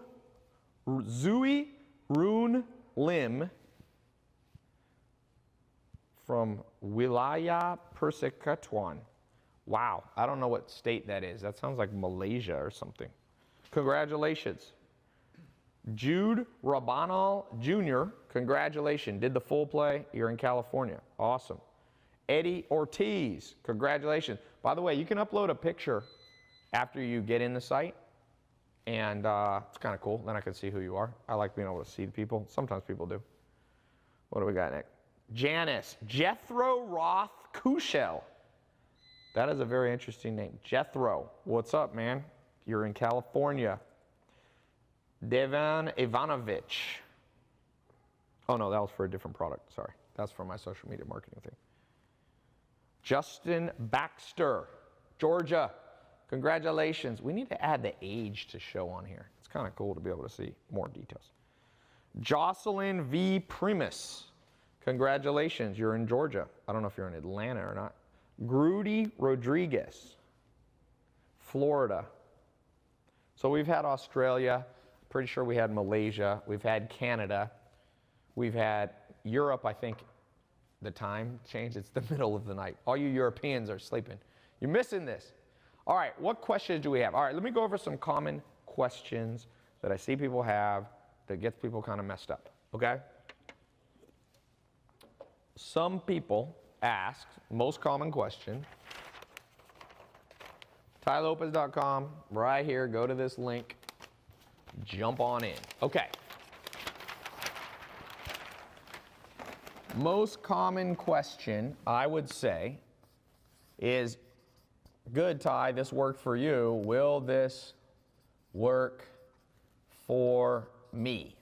So you might have a special situation. You might be super young, super old, super poor. You might live far off. You might be close. Like, there's some apprehension. I got good news for you. The good news is,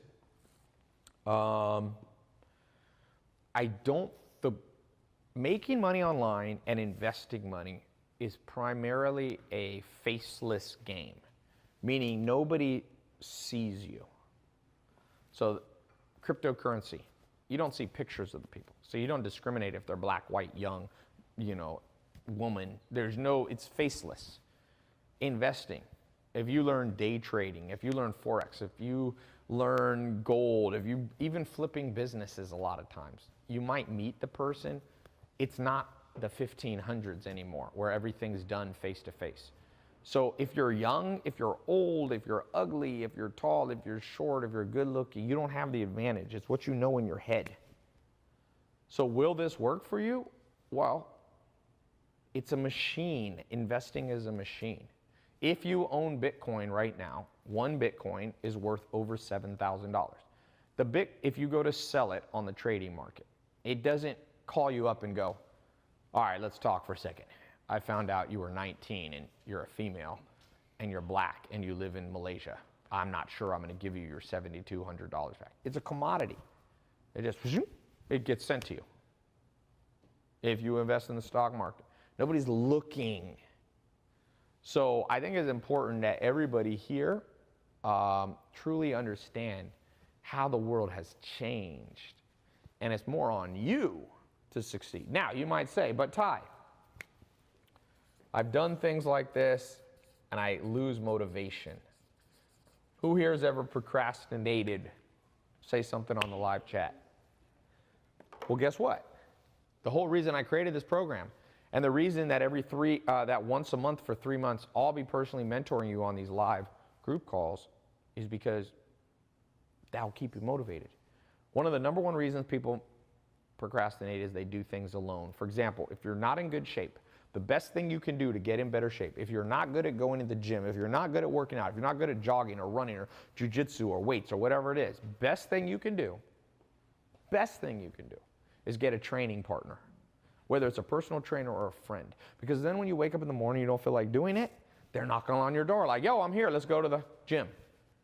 When it comes to becoming an investor, when it comes to learning about money, launching a business, why do you think I have business partners? I've had 13, now Alex is my 14th business partner, if I count correctly, something like that. 14 business partners.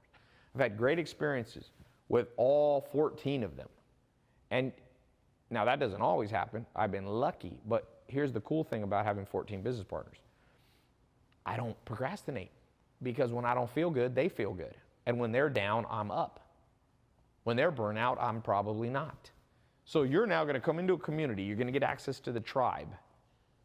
Okay? So you don't feel good. You feel discouraged. You're lost. Boom. There's somebody else there who's feeling good that sends you a screenshot and goes, yo, look what I'm doing. Look what I'm doing, guys. And then you're up again.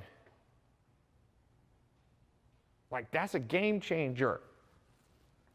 That's why I never train alone. Like, I do jujitsu. I do jujitsu with the Gracies, Machado, Higa Machado trains me. You know, he's a coral belt, like kind of like a red belt. Like, you think I'm just gonna go and just go roll on my own? I do boxing with a freaking trainer. You know why?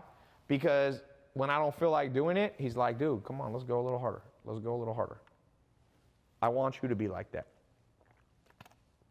And that's why I created this group like that. So if you don't feel like you're motivated, you're worried about procrastination, this program, this test group, I've been doing these test groups for over 1 year. I'm sorry, for over 2.5 years. I think the first test group I created was for the 67 steps. It was July, if I remember correctly, July 2014. I think it was July 25th. I remember it was like the last week of July. Okay? And that changed my life. Because I realized if you create a focused, concentrated group, you can help other people. Because before, I was just doing businesses on my own and making money on my own. People were like, oh, Tai, you only make money teaching people how to make money. Not true. Over a decade ago, I was probably making 100 grand a week. I make more money now because I'm older and more experienced. But do you consider that chump change? Probably maybe a little less than 10 years ago. I would say, I suck at years and dates, but let's just say I was making at least 100 grand a week 8 to 10 years ago. Way before I had Instagram. Way before I had my first Ferrari in either 08 or 09. I didn't post it on social media. People go, oh, this dude just got a car so he can show off to other people. No, I didn't. I had a car and didn't post it on social media for 5 years. Does that make sense? So it's very important that each of you go, maybe there's something here that I can learn. Maybe there's something here that I can learn. And some of you can't learn anything. Some of you already know more than me. Don't go in the program. This program's for people who want to learn. If you already know more than me, then, hey, shoot me an email. You can come teach. I love to be around people who are smarter than me. Trust me, guys. Get around people who are smarter than you. If you are smarter than me at a cryptocurrency alternative coin, if you're smarter than me at investing in gold, email me. Email my office. Please. I want to be your ally. But I promise you this. For example, you ain't spend more money on internet marketing than me and my business partner unless you spent more than 600 million bucks. So maybe we can teach you a thing or two about that. You know, we talked about you're going to get free access to how to build an app. I guarantee you haven't made more money with apps than Alex, who was standing right here a second ago, because he's number 3. Unless you got number 1 or number 2, he's beat you. And so learn from him. I learned from him. Never be so cocky that you're like, well, I already know everything. No, you don't. Nobody knows everything. At best, you can be highly specialized in 1, maybe 2 things. Even Bill Gates only done 2 things. Microsoft and the Bill Gates Foundation. Now, you have sub-projects underneath that, but the core focus has to come from multiple people training you.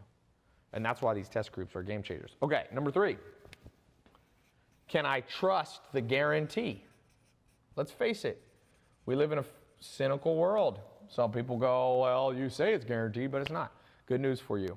The guarantee is backed by Visa and MasterCard, multi-billion-dollar companies. Meaning, if you want a refund, I can't stop it.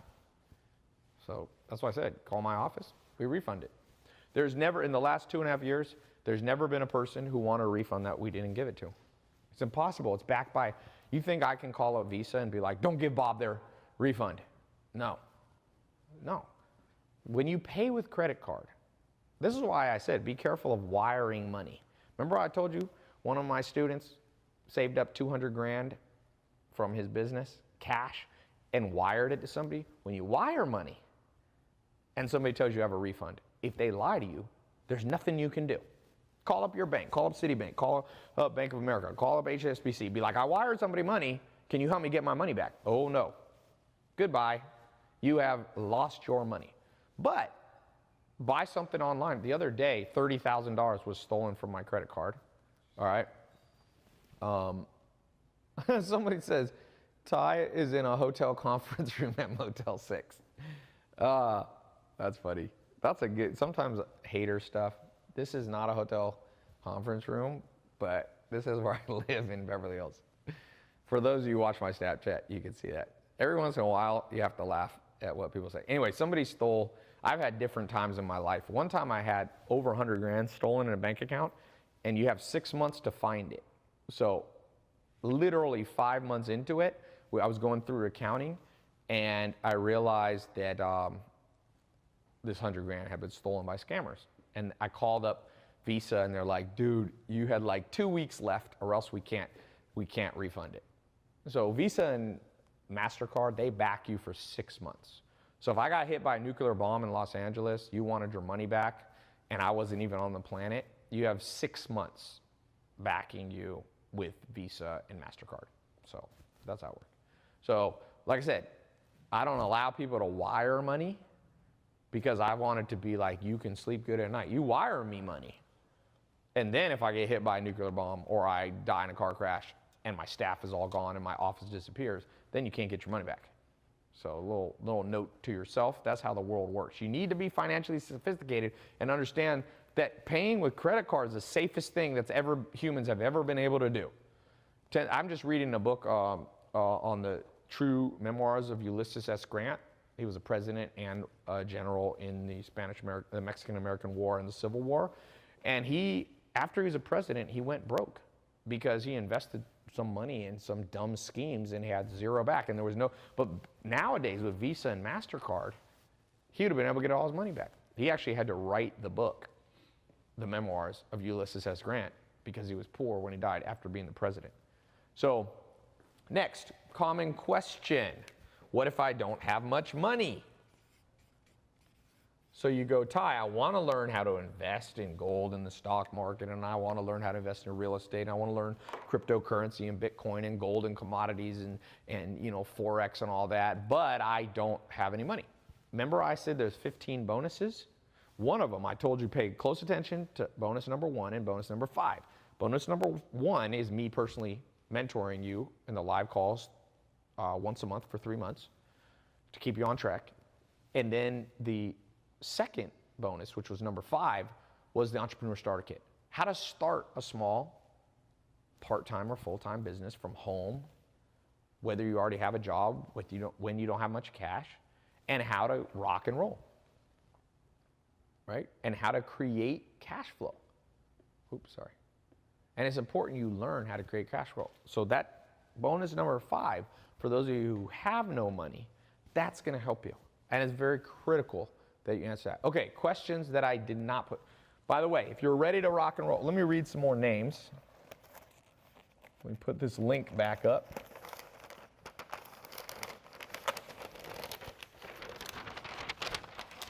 Okay, and there's a button below that you can click. So let me read some of the people getting in the program right now. Let's see who's getting in. Congratulations to, who's the next person? Eric Alvarez. He did the 4-pay option. Remember, there's 2 options. You can pay a little less and pay it all at once. You can see here, Eric Alvarez out of California paid the 4-pay. Next, Hector E. Nungare did the full pay, also out of California. Got a lot of Californians follow me. David Piacara out of New Jersey. Congratulations, did the full pay. If you want to save money, do the full pay. If you don't have much money, you can do the 4-pay. Tubogus Ismail. That is an interesting name. From Jawa Tenga. All right, I got to look where this is. These names are killing me. Jawa Tenga. Where the heck is that? I told you. It's in Indonesia. That's the cool thing. We've got 2 people from either Malaysia or Indonesia get in because investing is blind. If you invest correctly, you could live in Timbuktu, Madagascar, you could live in, northern Finland. The markets, it's good and bad news. The bad news is if you're stupid, the markets don't look at you and go, oh, you're only 18, we'll give you your money back. So that's the bad news. The good news is if you know what you're doing, you're sophisticated, it goes, you're 18, welcome to the world. One of my mentors, he's more of a real estate mentor, but his original story when he was a teenager, back in the 1970s, insider trading was not illegal. In the 60s, I think it became illegal sometime in the 70s. So he had a mentor that would give him insider stock market tips. And this wasn't illegal. Now it's illegal. Do not do this. This is what Martha Stewart got in trouble for doing, insider trading, but it used to not be illegal. So he was 16 years old in the I think it was late 60s, early 70s. Just imagine this, making $100,000 a month. That's like making $600,000, $700,000 a month. His parents had such a heart attack because he'd have all this money and they didn't know where he got it from. So they basically did an intervention. He said he came home one day and his mom and dad and uncle and grandparents were there. And they're like, because they thought he was selling drugs or something. I forget what they thought he was doing, something illegal.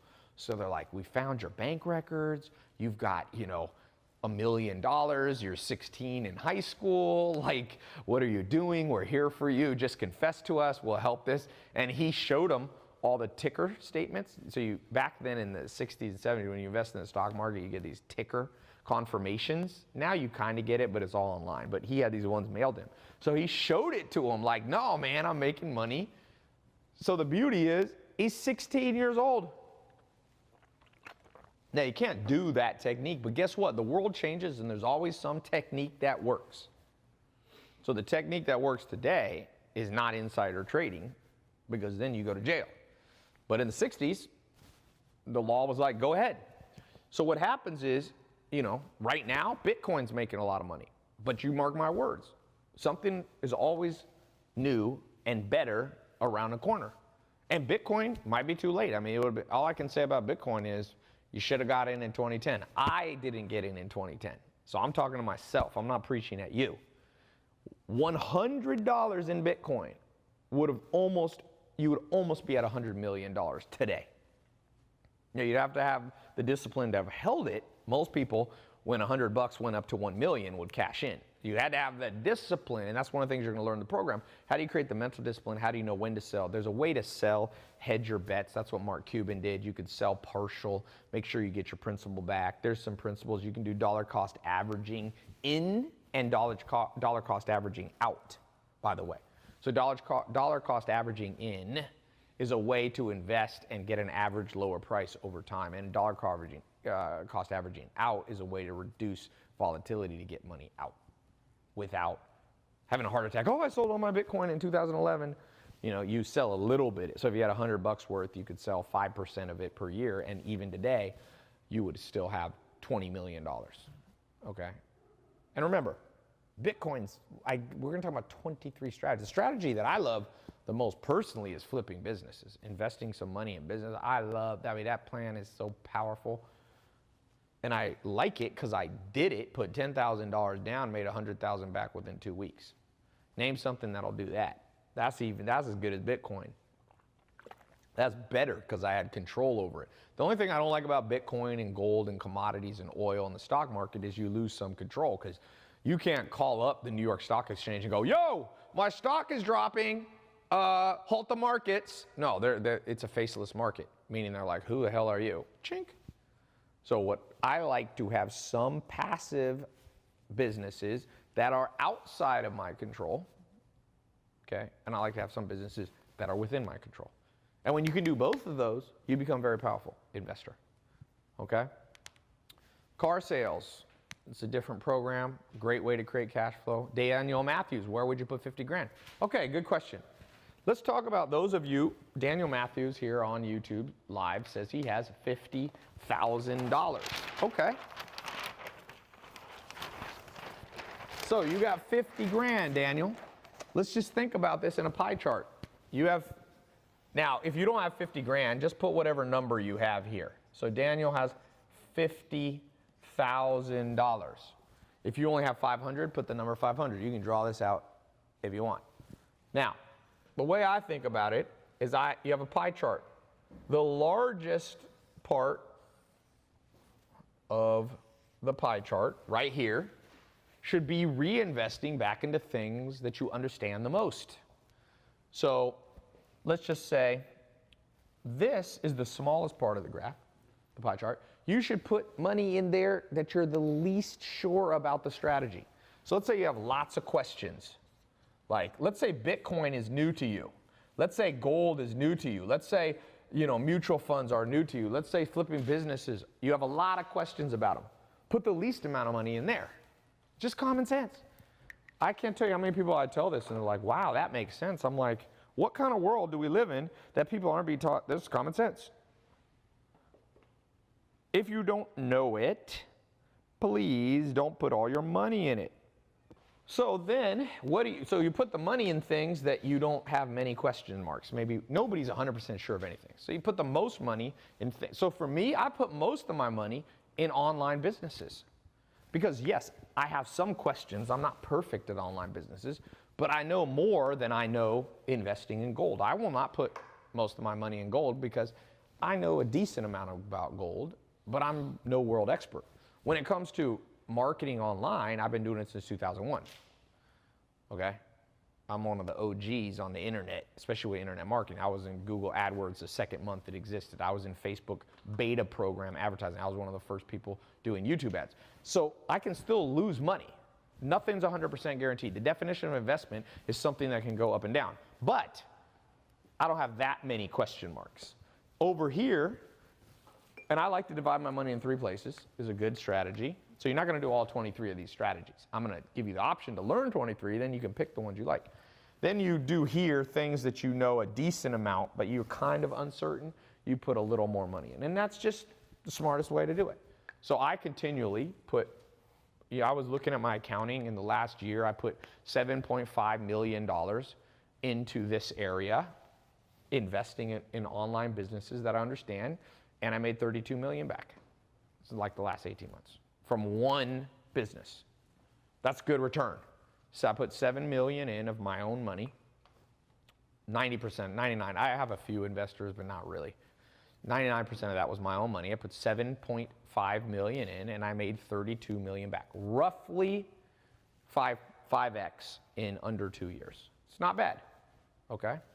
So here, I'm not gonna put 7 million in something that I don't know that much about.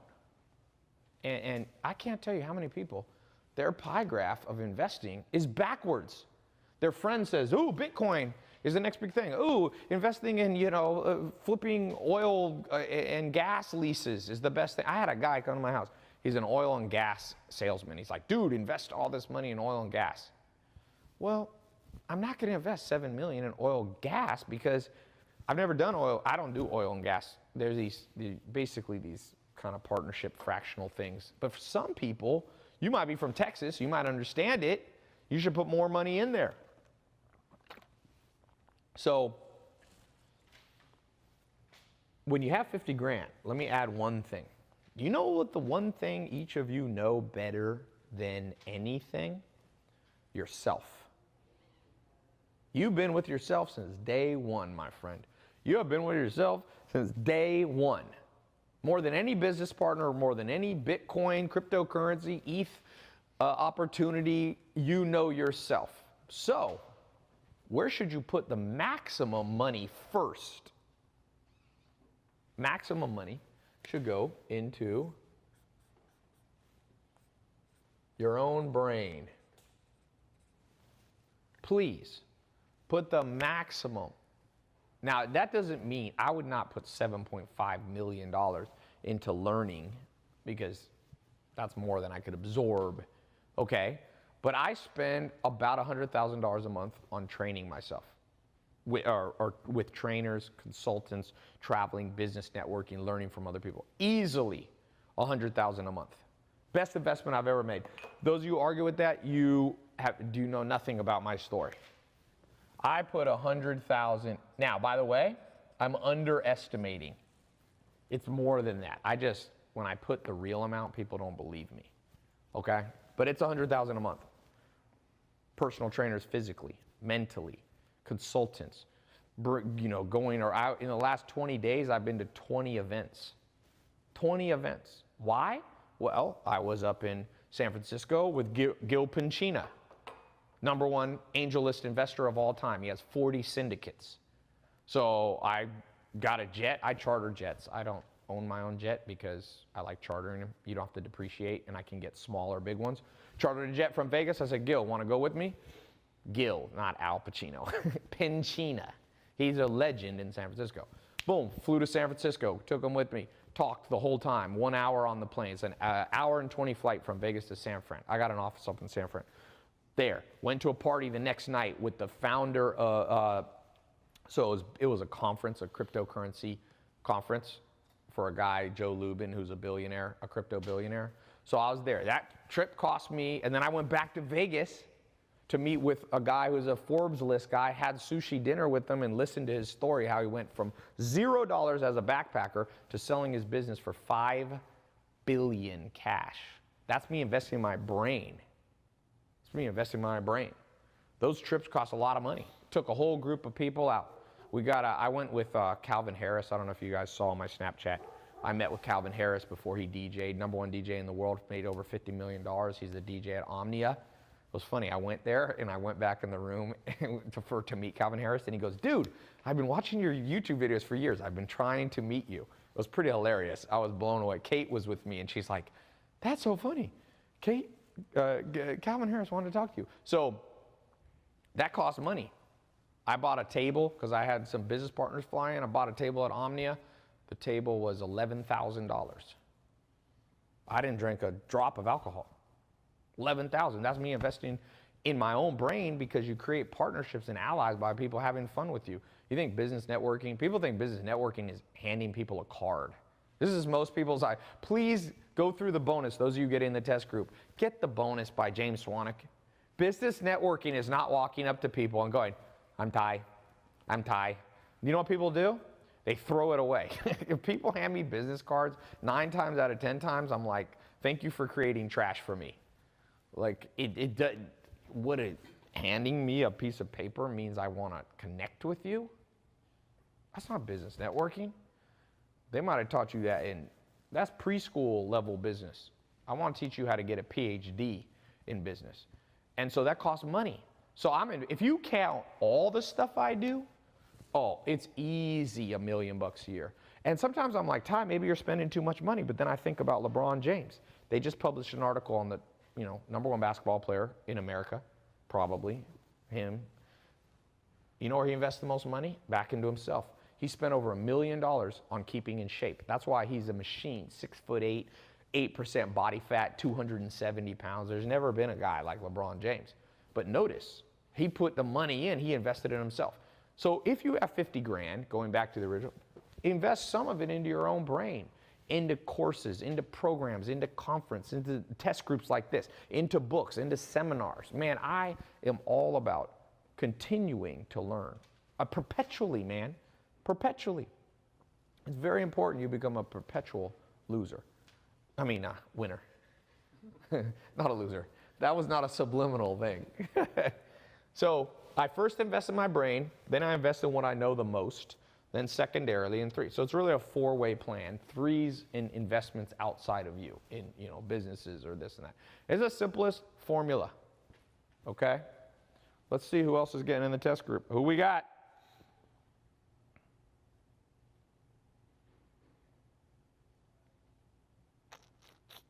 Who do we have? I wonder if Tubagus Ismail, that guy, that is a cool name. I'm going to change my name to Tubagus. All right. Jorge Sanchez. Oh, look, he uploaded a picture at UT Health in New Jersey. Cool. Cody. Oh, no, that's for a different program. That's for my book. Marcos. Marcos has no last name, just Marcos. Okay. Andrew Hammer.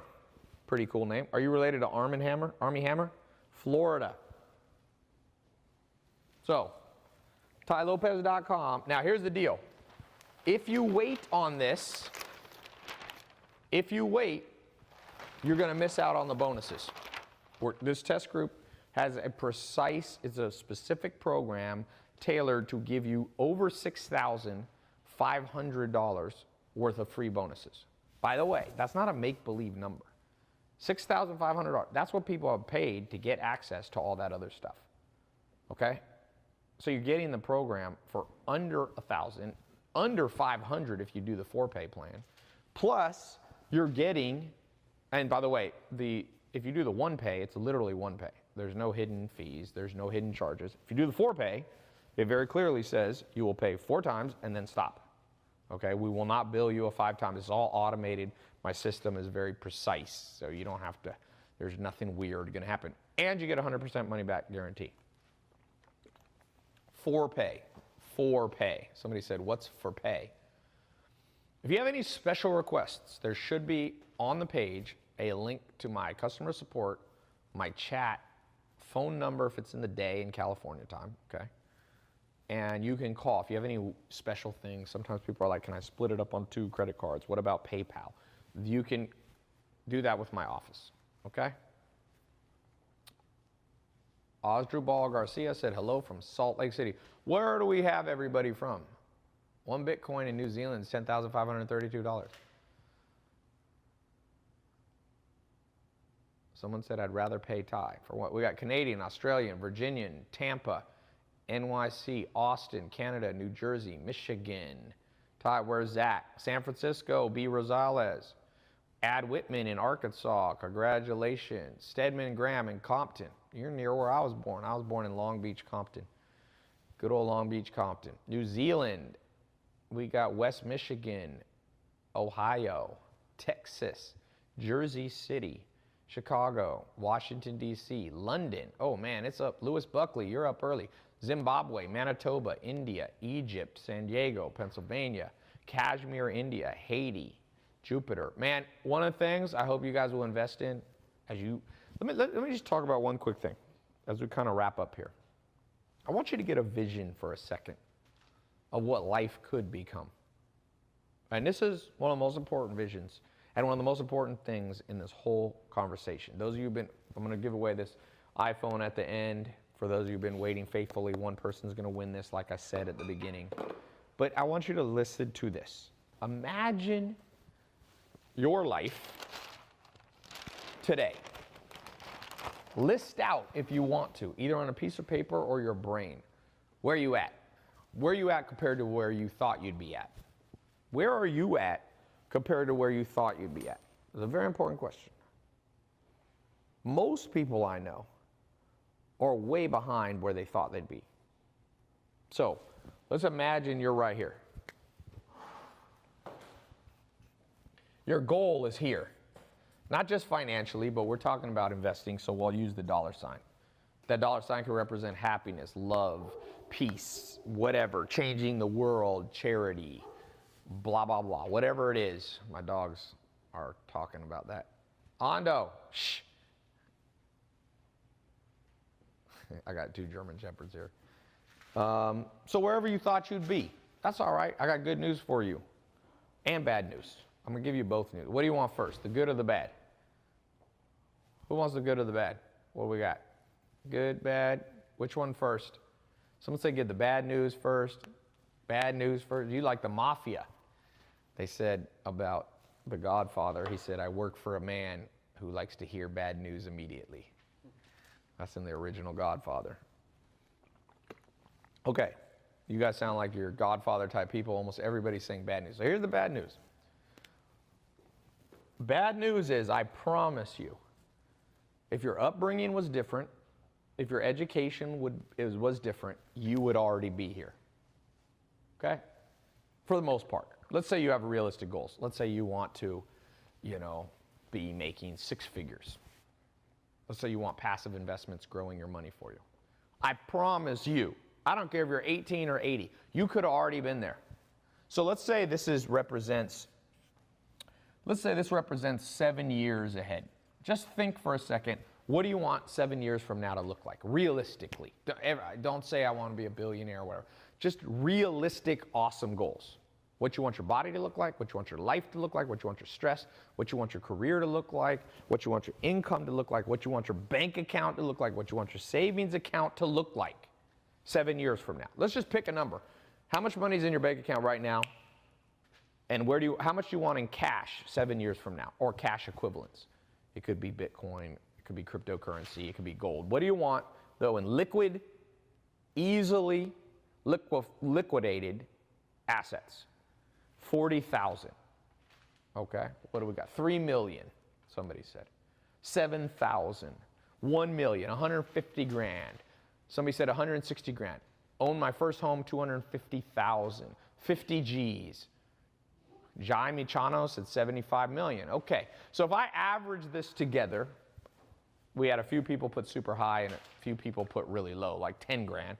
Okay, let's just say the average is you want to have 250,000 in cash, plus let's say you have your own house, you have a job you like, and your life is relaxed. I think those are important. And let's say you're in good shape, health-wise. Okay? So that's a minimum goal. Like at the minimum, that's what you want. Some of you said a lot more. Okay, I got bad news for you. You should have already had it. Unless you're 10 years old watching this, you should have already had it. It is realistic for a 19-year-old to have accomplished 250 grand. They might not be married or whatever. Totally. If you don't believe me, you guys don't watch my social media at all. Jalen was just WhatsApping me. We're making a course together. He does wholesaling real estate. He makes $80,000 a month. He's married. They got married at 18, young, but whatever. They're happily in love. She's a makeup social media influencer. 80 grand a month. His profit is probably about 20,000 a month. He literally retired in 1 year of doing that and moved out here to Hollywood. He lives over at that Hollywood and Vine where all the Jake Paul, Logan Paul, all those guys shoot and stuff. So he could save that in 1 year. 19. So my bad news is, and if you're like 30 years old watching this, people get with the program. What do you think? You think it's going to be handed to you? Think it's going to be given to you? Think that magically one day you'll win the lottery? If that's you, you have the lottery approach to life, that things will get better through magic, you are kidding yourself. And one day, you will look yourself in the mirror. And if it's not today, it will come one day. And you'll go, I messed up, and I messed up big, and I will never get those 7 years back. For those of you who wasted 7 years, 2 years, 10 years, 20, the bad news is you will never get those years. You can go and pray to God. You can pray to whoever you believe in. You can use the power of positive thinking. You can use meditation and visualization. You can believe in the secret. You can do the law of attraction. You ain't getting the 7 years back. So you're 7 years behind. The good news, and this is the good news I have for you, there's a way to accelerate the catching up. So let's just say today you agree with me. You go, I wasted 7 years of my life. I'm going to get it on track now. If you go on the normal path that society lays down, it's going to take you, what did we say, 7 years to get there. Is there an accelerated track? I'm not talking about a get rich quick. That's not what I'm talking about. Acceleration is not the same as get rich quick. If I'm in a car and I want to drive from Los Angeles to Las Vegas, okay, there's no such thing as get in the car, turn it on, and magically I'm in Las Vegas. I mean, unless you've got a Star Trek teleportation system. As we have current technology, nothing exists for that. But you can get there faster than someone on a bicycle.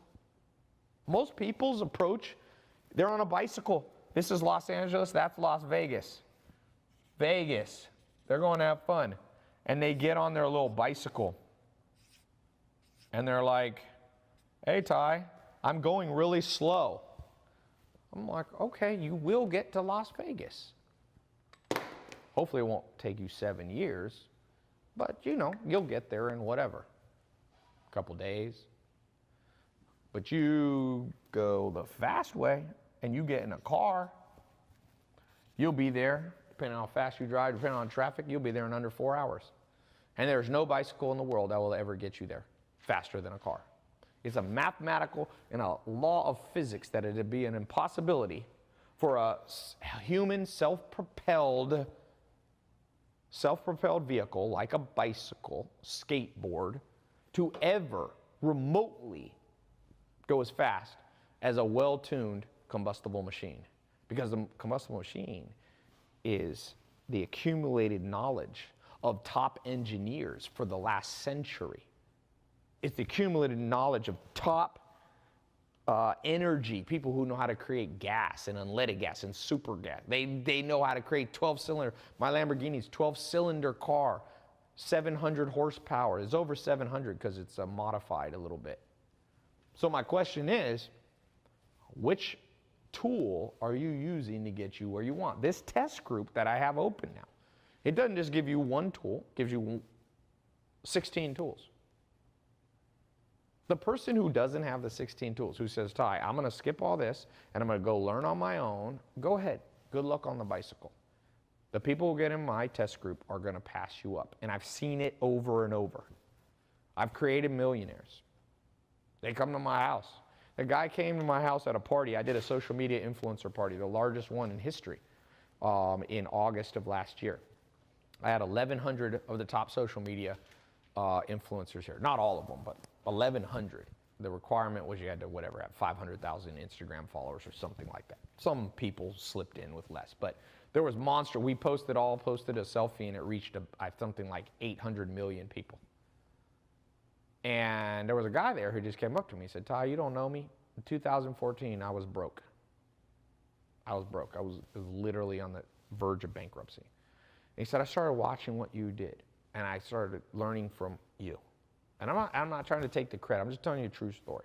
It's not me, because I learned from other people. So he took the accumulated learning that he saw in me, because it wasn't just me. No man's an island. No one knows everything. He took that accumulated learning, and he said, I created a fitness program, online program, and now it's the number 1 or number 2 on a affiliate network called ClickBank.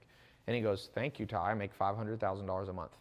And his profit, I would guess, at 20 to 30% profit margins, he's probably making $100,000 to $150,000 a month. And he said, I became a millionaire. It took me less than 18 months. I want to thank you. Okay? Now, that doesn't happen to everybody who watches me. Let me be clear. I'm telling you exceptional stories, but it's not special in the sense that it could only happen to him. He's not like my brother that I handed him a business. He didn't inherit something from me.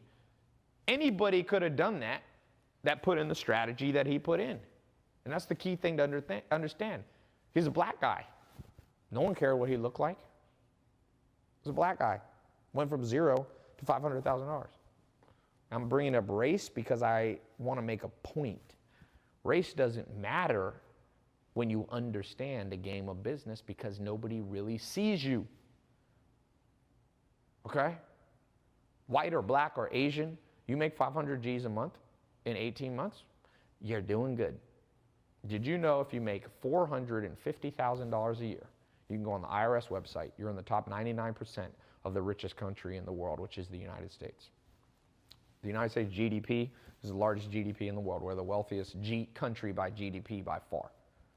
If you look at per capita, there's other smaller countries that have more wealth, but not gross GDP. I mean, America's almost at like $18 trillion. And he's in the top 99.99 percentile in a month, because he makes $500,000 in a month. Isn't that nuts?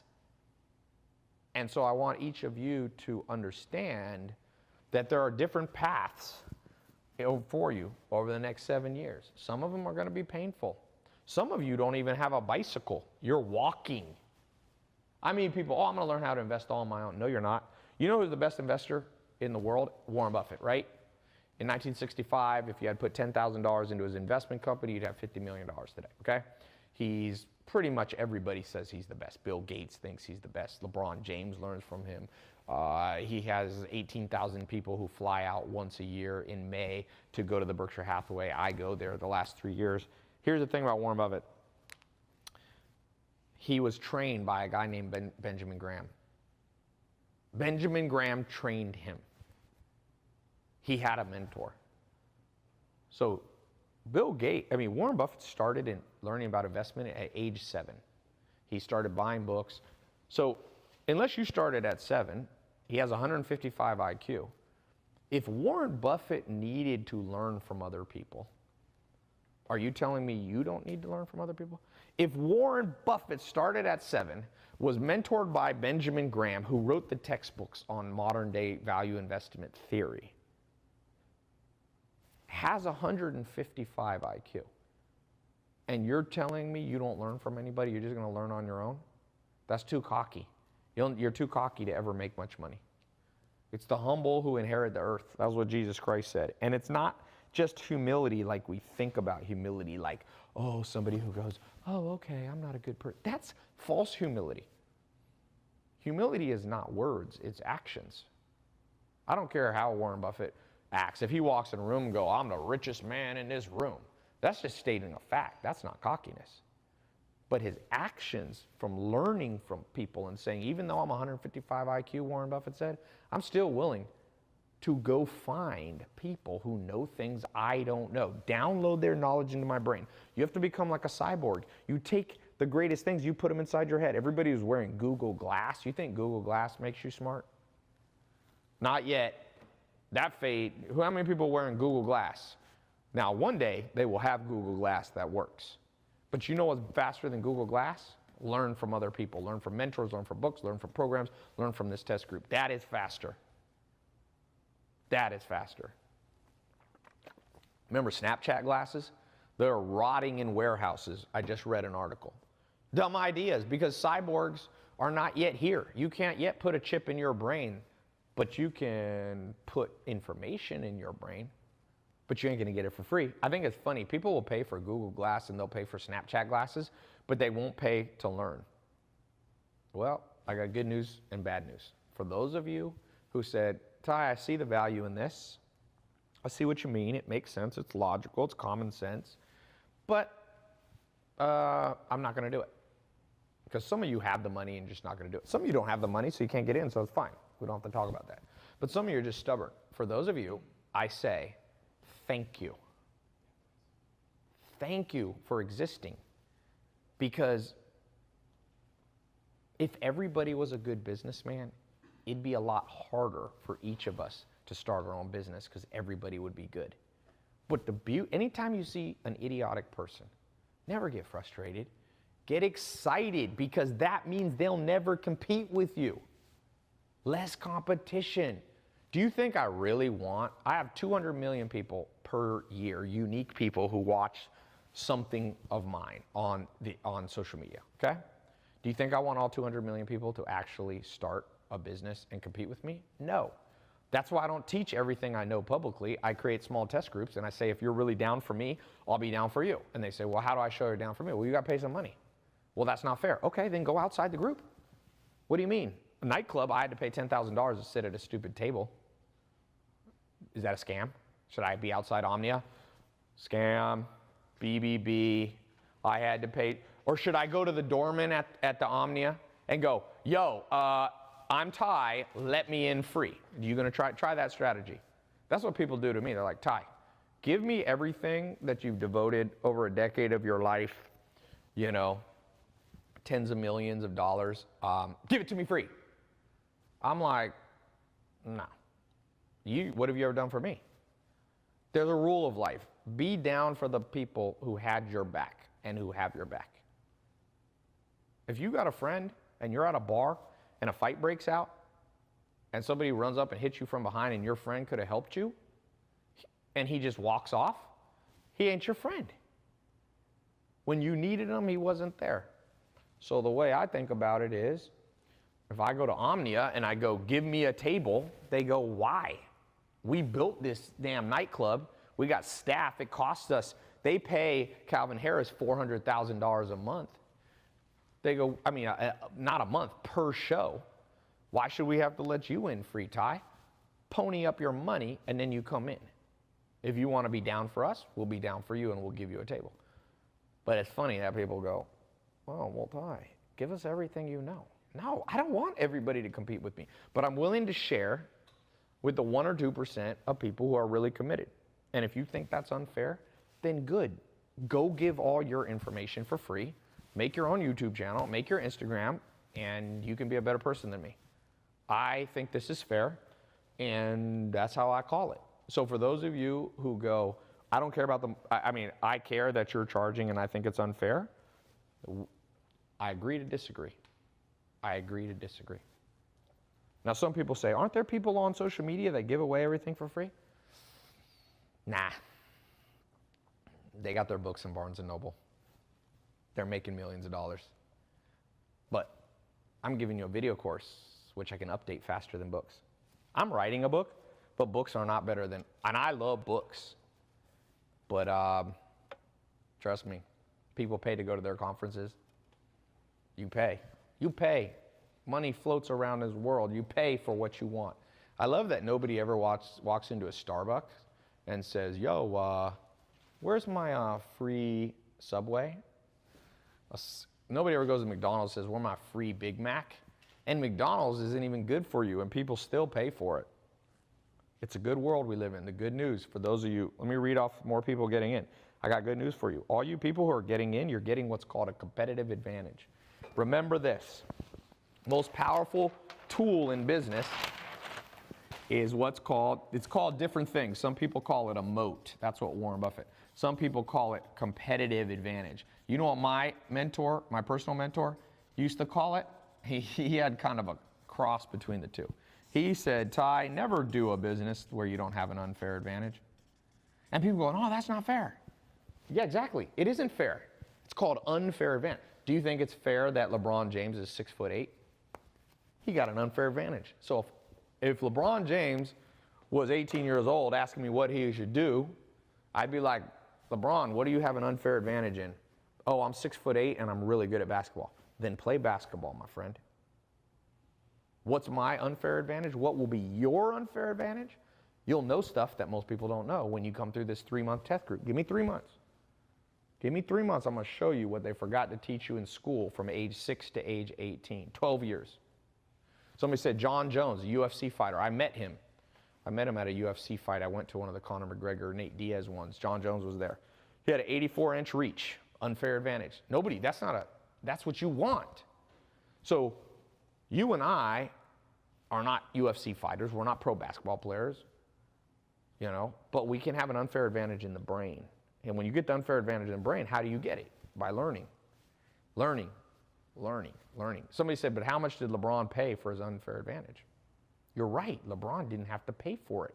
He was born with genetics to make him tall. So whoever said that, I think your point was saying you shouldn't have to pay. No, the point is, if you ain't born with genetic stuff, then you got to go out and get it. It's different. LeBron's even more unfair because he did, but LeBron worked for it. Trust me. LeBron worked for it, man. So key thing for each of you is, if you're not born with wealth, if you're not born the best looking person, the tallest person, the strongest person, you still have one potential unfair advantage: what you know. And I promise you, if you begin to learn about investing, you will have an unfair advantage about over 99.9% of people. Really. All right, let's see who's getting in. All right, here we go. Danny Lopez, same last name. What's up, man? Danny is from California. Kenneth Briscoe, congratulations, did the full pay out of Colorado.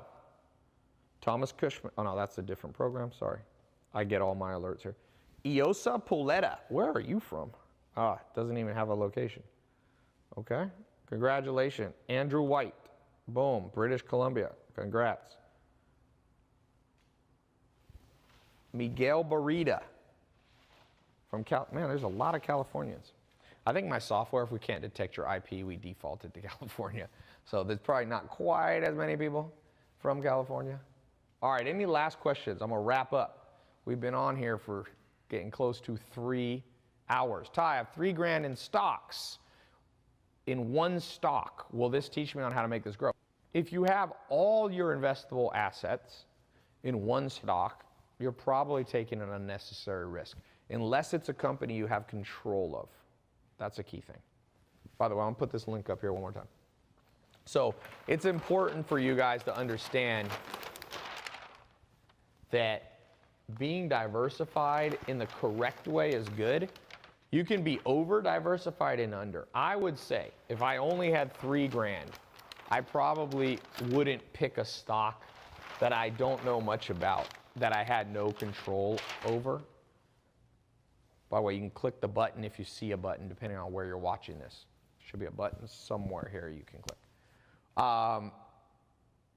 But in general, doing single stocks as a passive investor with all your investable assets is not a wise idea, okay?